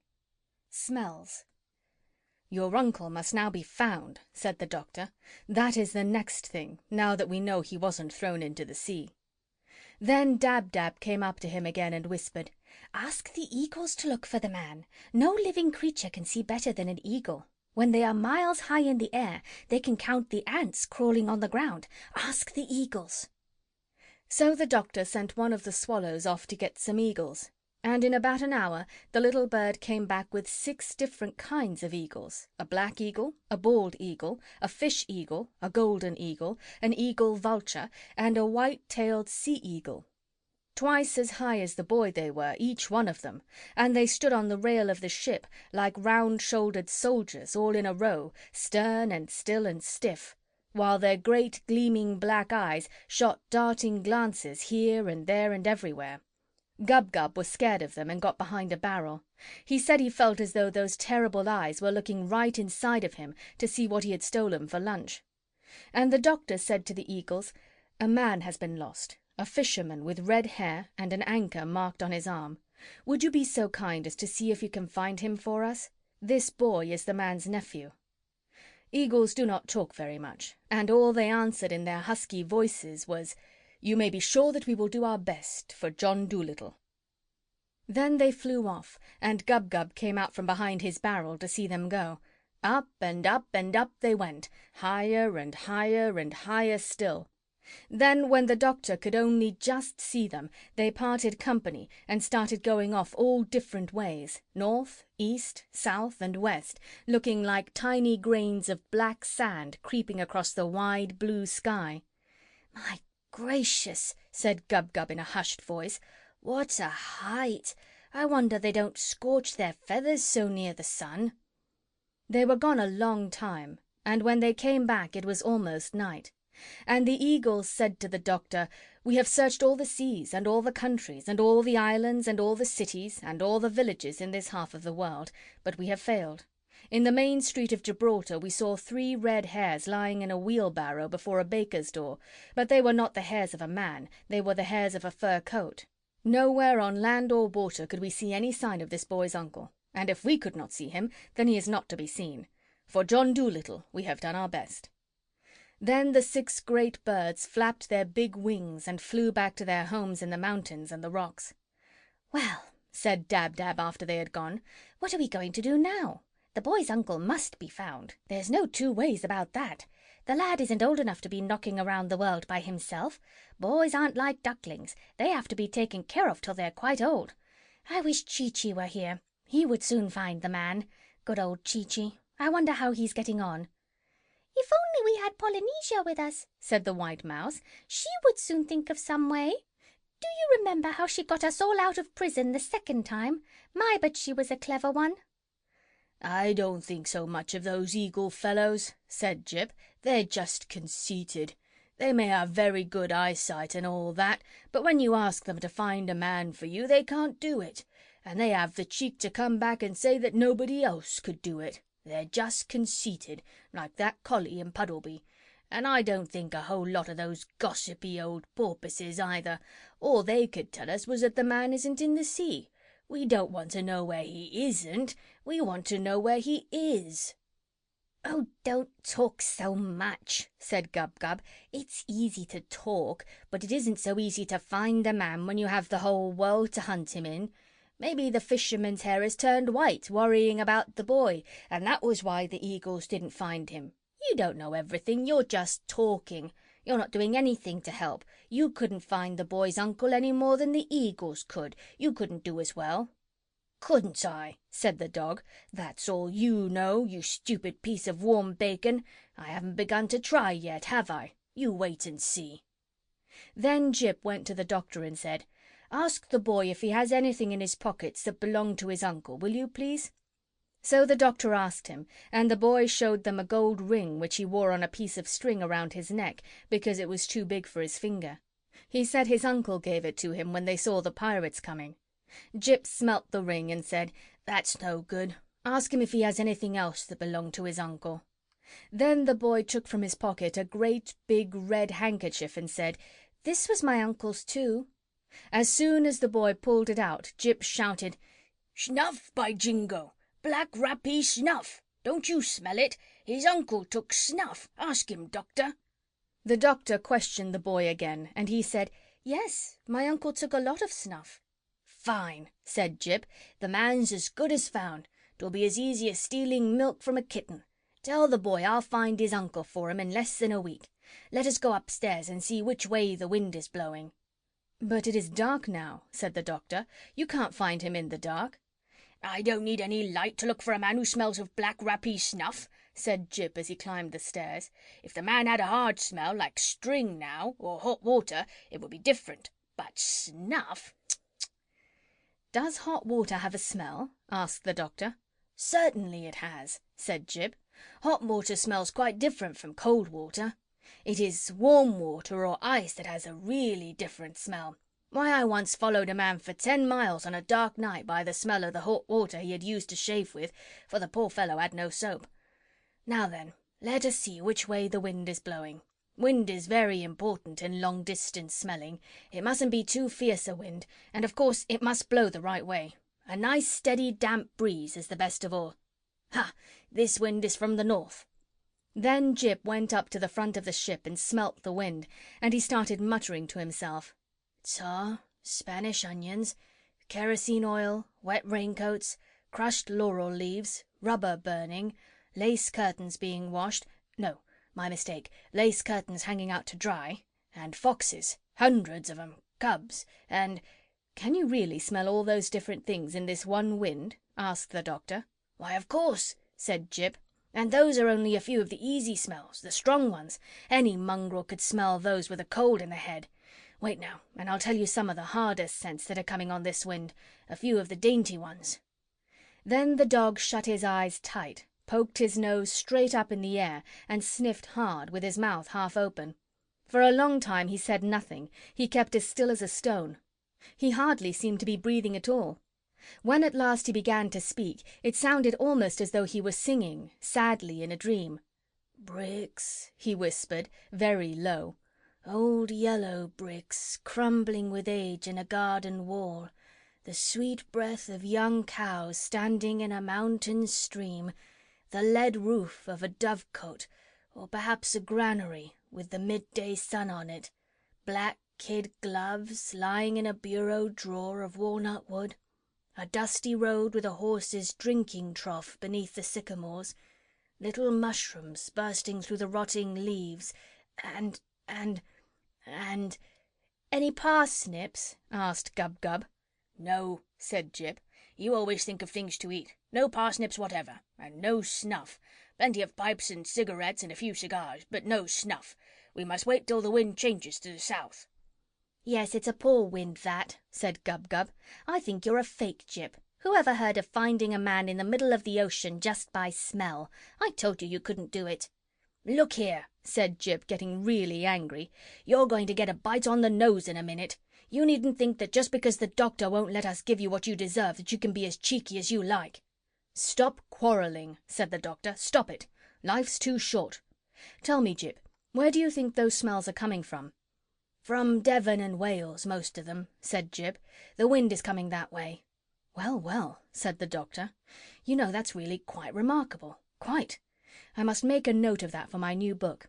I wonder if you could train me to smell as well as that. But no, perhaps I'm better off the way I am. Enough is as good as a feast, they say. Let's go down to supper. I'm quite hungry." "So am I," said Gub-Gub. End of chapter 18.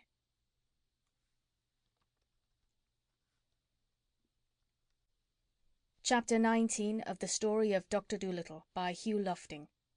The Rock. Up they got early next morning out of the silken beds, and they saw that the sun was shining brightly and that the wind was blowing from the south. Jip smelt the south wind for half an hour. Then he came to the Doctor, shaking his head. "I smell no snuff as yet," he said. "We must wait till the wind changes to the east." But even when the east wind came at 3 o'clock that afternoon, the dog could not catch the smell of snuff. The little boy was terribly disappointed and began to cry again, saying that no one seemed to be able to find his uncle for him. But all Jip said to the Doctor was, "Tell him that when the wind changes to the west I'll find his uncle, even though he be in China, so long as you're still taking black rappy snuff." 3 days they had to wait before the west wind came. This was on a Friday morning, early, just as it was getting light. A fine rainy mist lay on the sea like a thin fog, and the wind was soft and warm and wet. As soon as Jip awoke he ran upstairs and poked his nose in the air. Then he got most frightfully excited and rushed down again to wake the Doctor up. "Doctor!" he cried. "I've got it! Doctor, Doctor, wake up! Listen, I've got it! The wind's from the west, and it smells of nothing but snuff. Come upstairs and start the ship, quick!" So the Doctor tumbled out of bed and went to the rudder to steer the ship. "Now I'll go up to the front," said Jip, "and you watch my nose. Whichever way I point it, you turn the ship the same way. The man cannot be far off with the smell as strong as this. And the wind's all lovely and wet. Now watch me." So all that morning Jip stood in the front part of the ship, sniffing the wind and pointing the way for the Doctor to steer, while all the animals and the little boy stood round with their eyes wide open, watching the dog in wonder.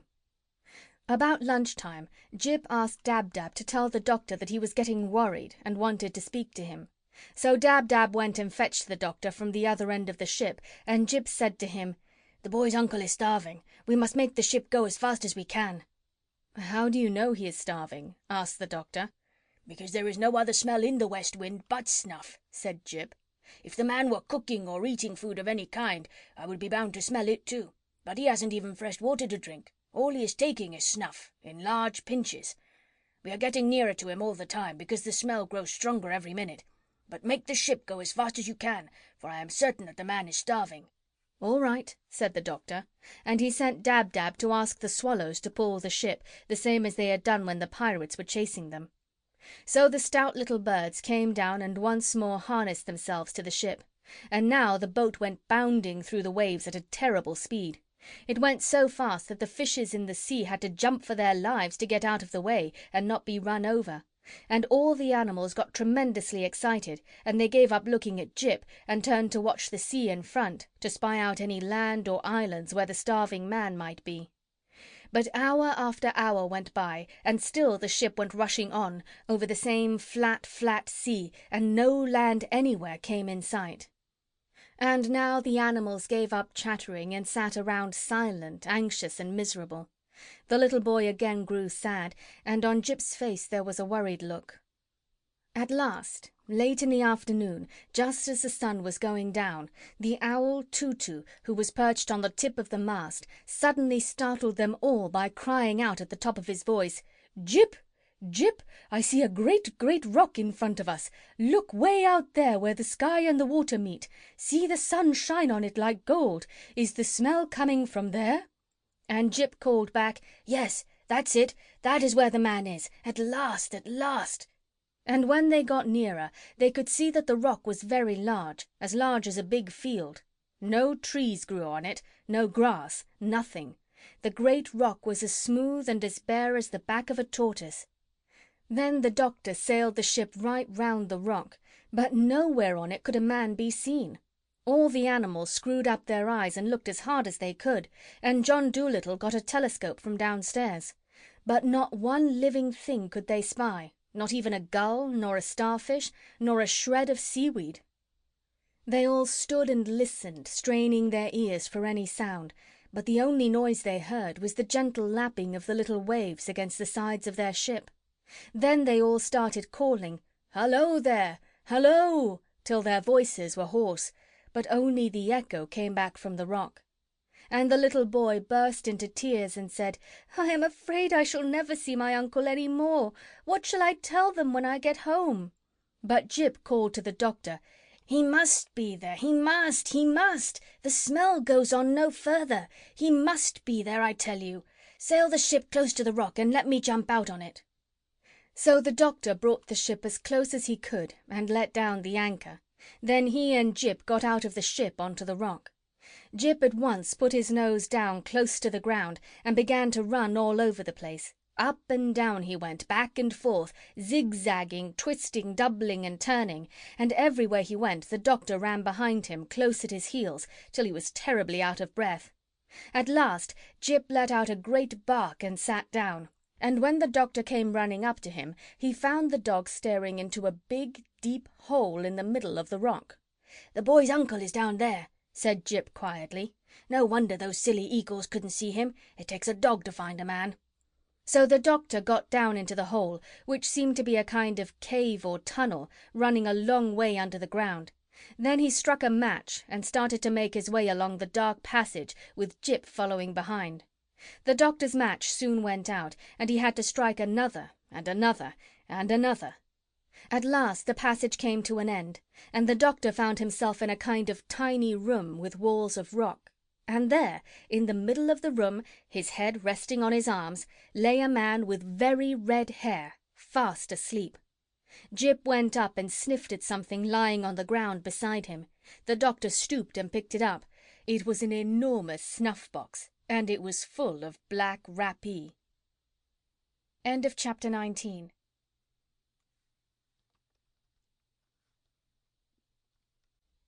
Chapter 20 of the Story of Doctor Dolittle by Hugh Lofting. The Fisherman's Town. Gently then, very gently, the doctor woke the man up. But just at that moment the match went out again, and the man thought it was Ben Ali coming back, and he began to punch the doctor in the dark. But when John Dolittle told him who it was, and that he had his little nephew safe on his ship, the man was tremendously glad, and said he was sorry he had fought with the doctor. He had not hurt him much, though, because it was too dark to punch properly. Then he gave the doctor a pinch of snuff. And the man told how the Barbary dragon had put him onto this rock and left him there when he wouldn't promise to become a pirate, and how he used to sleep down in this hole because there was no house on the rock to keep him warm. And then he said, "For 4 days I have had nothing to eat or drink. I have lived on snuff." "There you are," said Jip. "What did I tell you?" So they struck some more matches and made their way out through the passage into the daylight, and the doctor hurried the man down to the boat to get some soup. When the animals and the little boys saw the doctor and Jip coming back to the ship with a red-headed man, they began to cheer and yell and dance about the boat, and the swallows up above started whistling at the top of their voices, thousands and millions of them, to show that they too were glad that the boy's brave uncle had been found. The noise they made was so great that sailors far out at sea thought that a terrible storm was coming. "Hark to that gale howling in the east," they said. And Jip was awfully proud of himself, though he tried hard not to look conceited. When Dab-Dab came to him and said, "Jip, I had no idea you were so clever," he just tossed his head and answered, "Oh, that's nothing special, but it takes a dog to find a man, you know. Birds are no good for a game like that." Then the doctor asked the red-haired fisherman where his home was, and when he had told him, the doctor asked the swallows to guide the ship there first. And when they had come to the land which the man had spoken of, they saw a little fishing town at the foot of a rocky mountain, and the man pointed out the house where he lived. And while they were letting down the anchor, the little boy's mother, who was also the man's sister, came running down to the shore to meet them, laughing and crying at the same time. She had been sitting on a hill for 20 days, watching the sea and waiting for them to return. And she kissed the doctor many times, so that he giggled and blushed like a schoolgirl. And she tried to kiss Jip too, but he ran away and hid inside the ship. "It's a silly business, this kissing," he said. "I don't hold by it. Let her go kiss Gub-Gub if she must kiss something." The fisherman and his sister didn't want the doctor to go away again in a hurry. They begged him to spend a few days with them. So John Dolittle and his animals had to stay at their house a whole Saturday and Sunday and half of Monday. And all the little boys of the fishing village went down to the beach and pointed at the great ship anchored there, and said to one another in whispers, "Look, that was a pirate ship, Ben Ali's, the most terrible pirate that ever sailed the 7 seas. That old gentleman with the high hat who's staying up at Mrs. Trevelyan's, he took the ship away from the Barbary dragon and made him into a farmer. Who'd have thought it of him, him so gentle-like and all? Look at the great red sails. Ain't she a wicked-looking ship, and fast? My!" All those 2 days and a half that the doctor stayed at the little fishing town, the people kept asking him out to teas and luncheons and dinners and parties. All the ladies sent him boxes of flowers and candies, and the village band played tunes under his window every night. At last the doctor said, "Good people, I must go home now. You really have been most kind. I shall always remember it. But I must go home, for I have things to do." Then, just as the doctor was about to leave, the mayor of the town came down the street, and a lot of other people in grand clothes with him.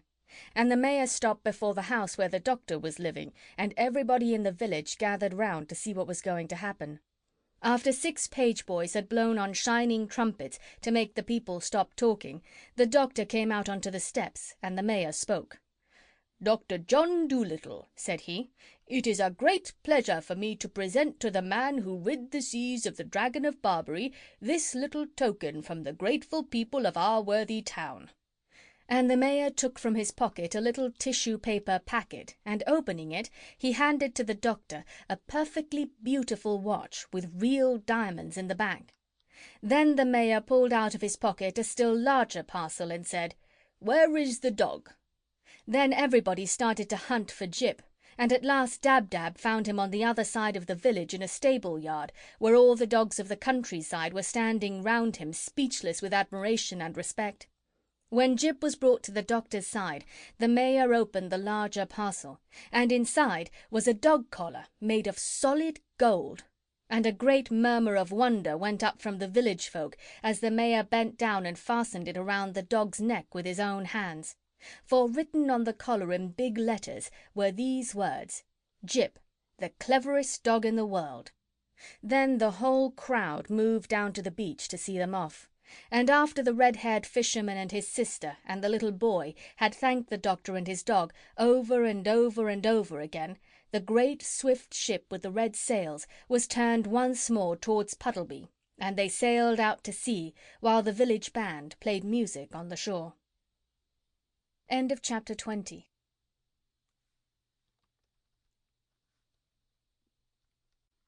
Chapter 21 of The Story of Doctor Dolittle by Hugh Lofting.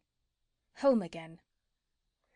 March winds had come and gone, April's showers were over, May's buds had opened into flower, and the June sun was shining on the pleasant fields when John Dolittle at last got back to his own country.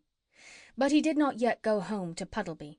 First he went travelling through the land with the Pushmi Pullyu in a gypsy wagon, stopping at all the country fairs, and there, with the acrobats on one side of them and the Punch and Judy show on the other, they would hang out a big sign which read, "Come and see the marvellous two-headed animal from the jungles of Africa. Admission 6d."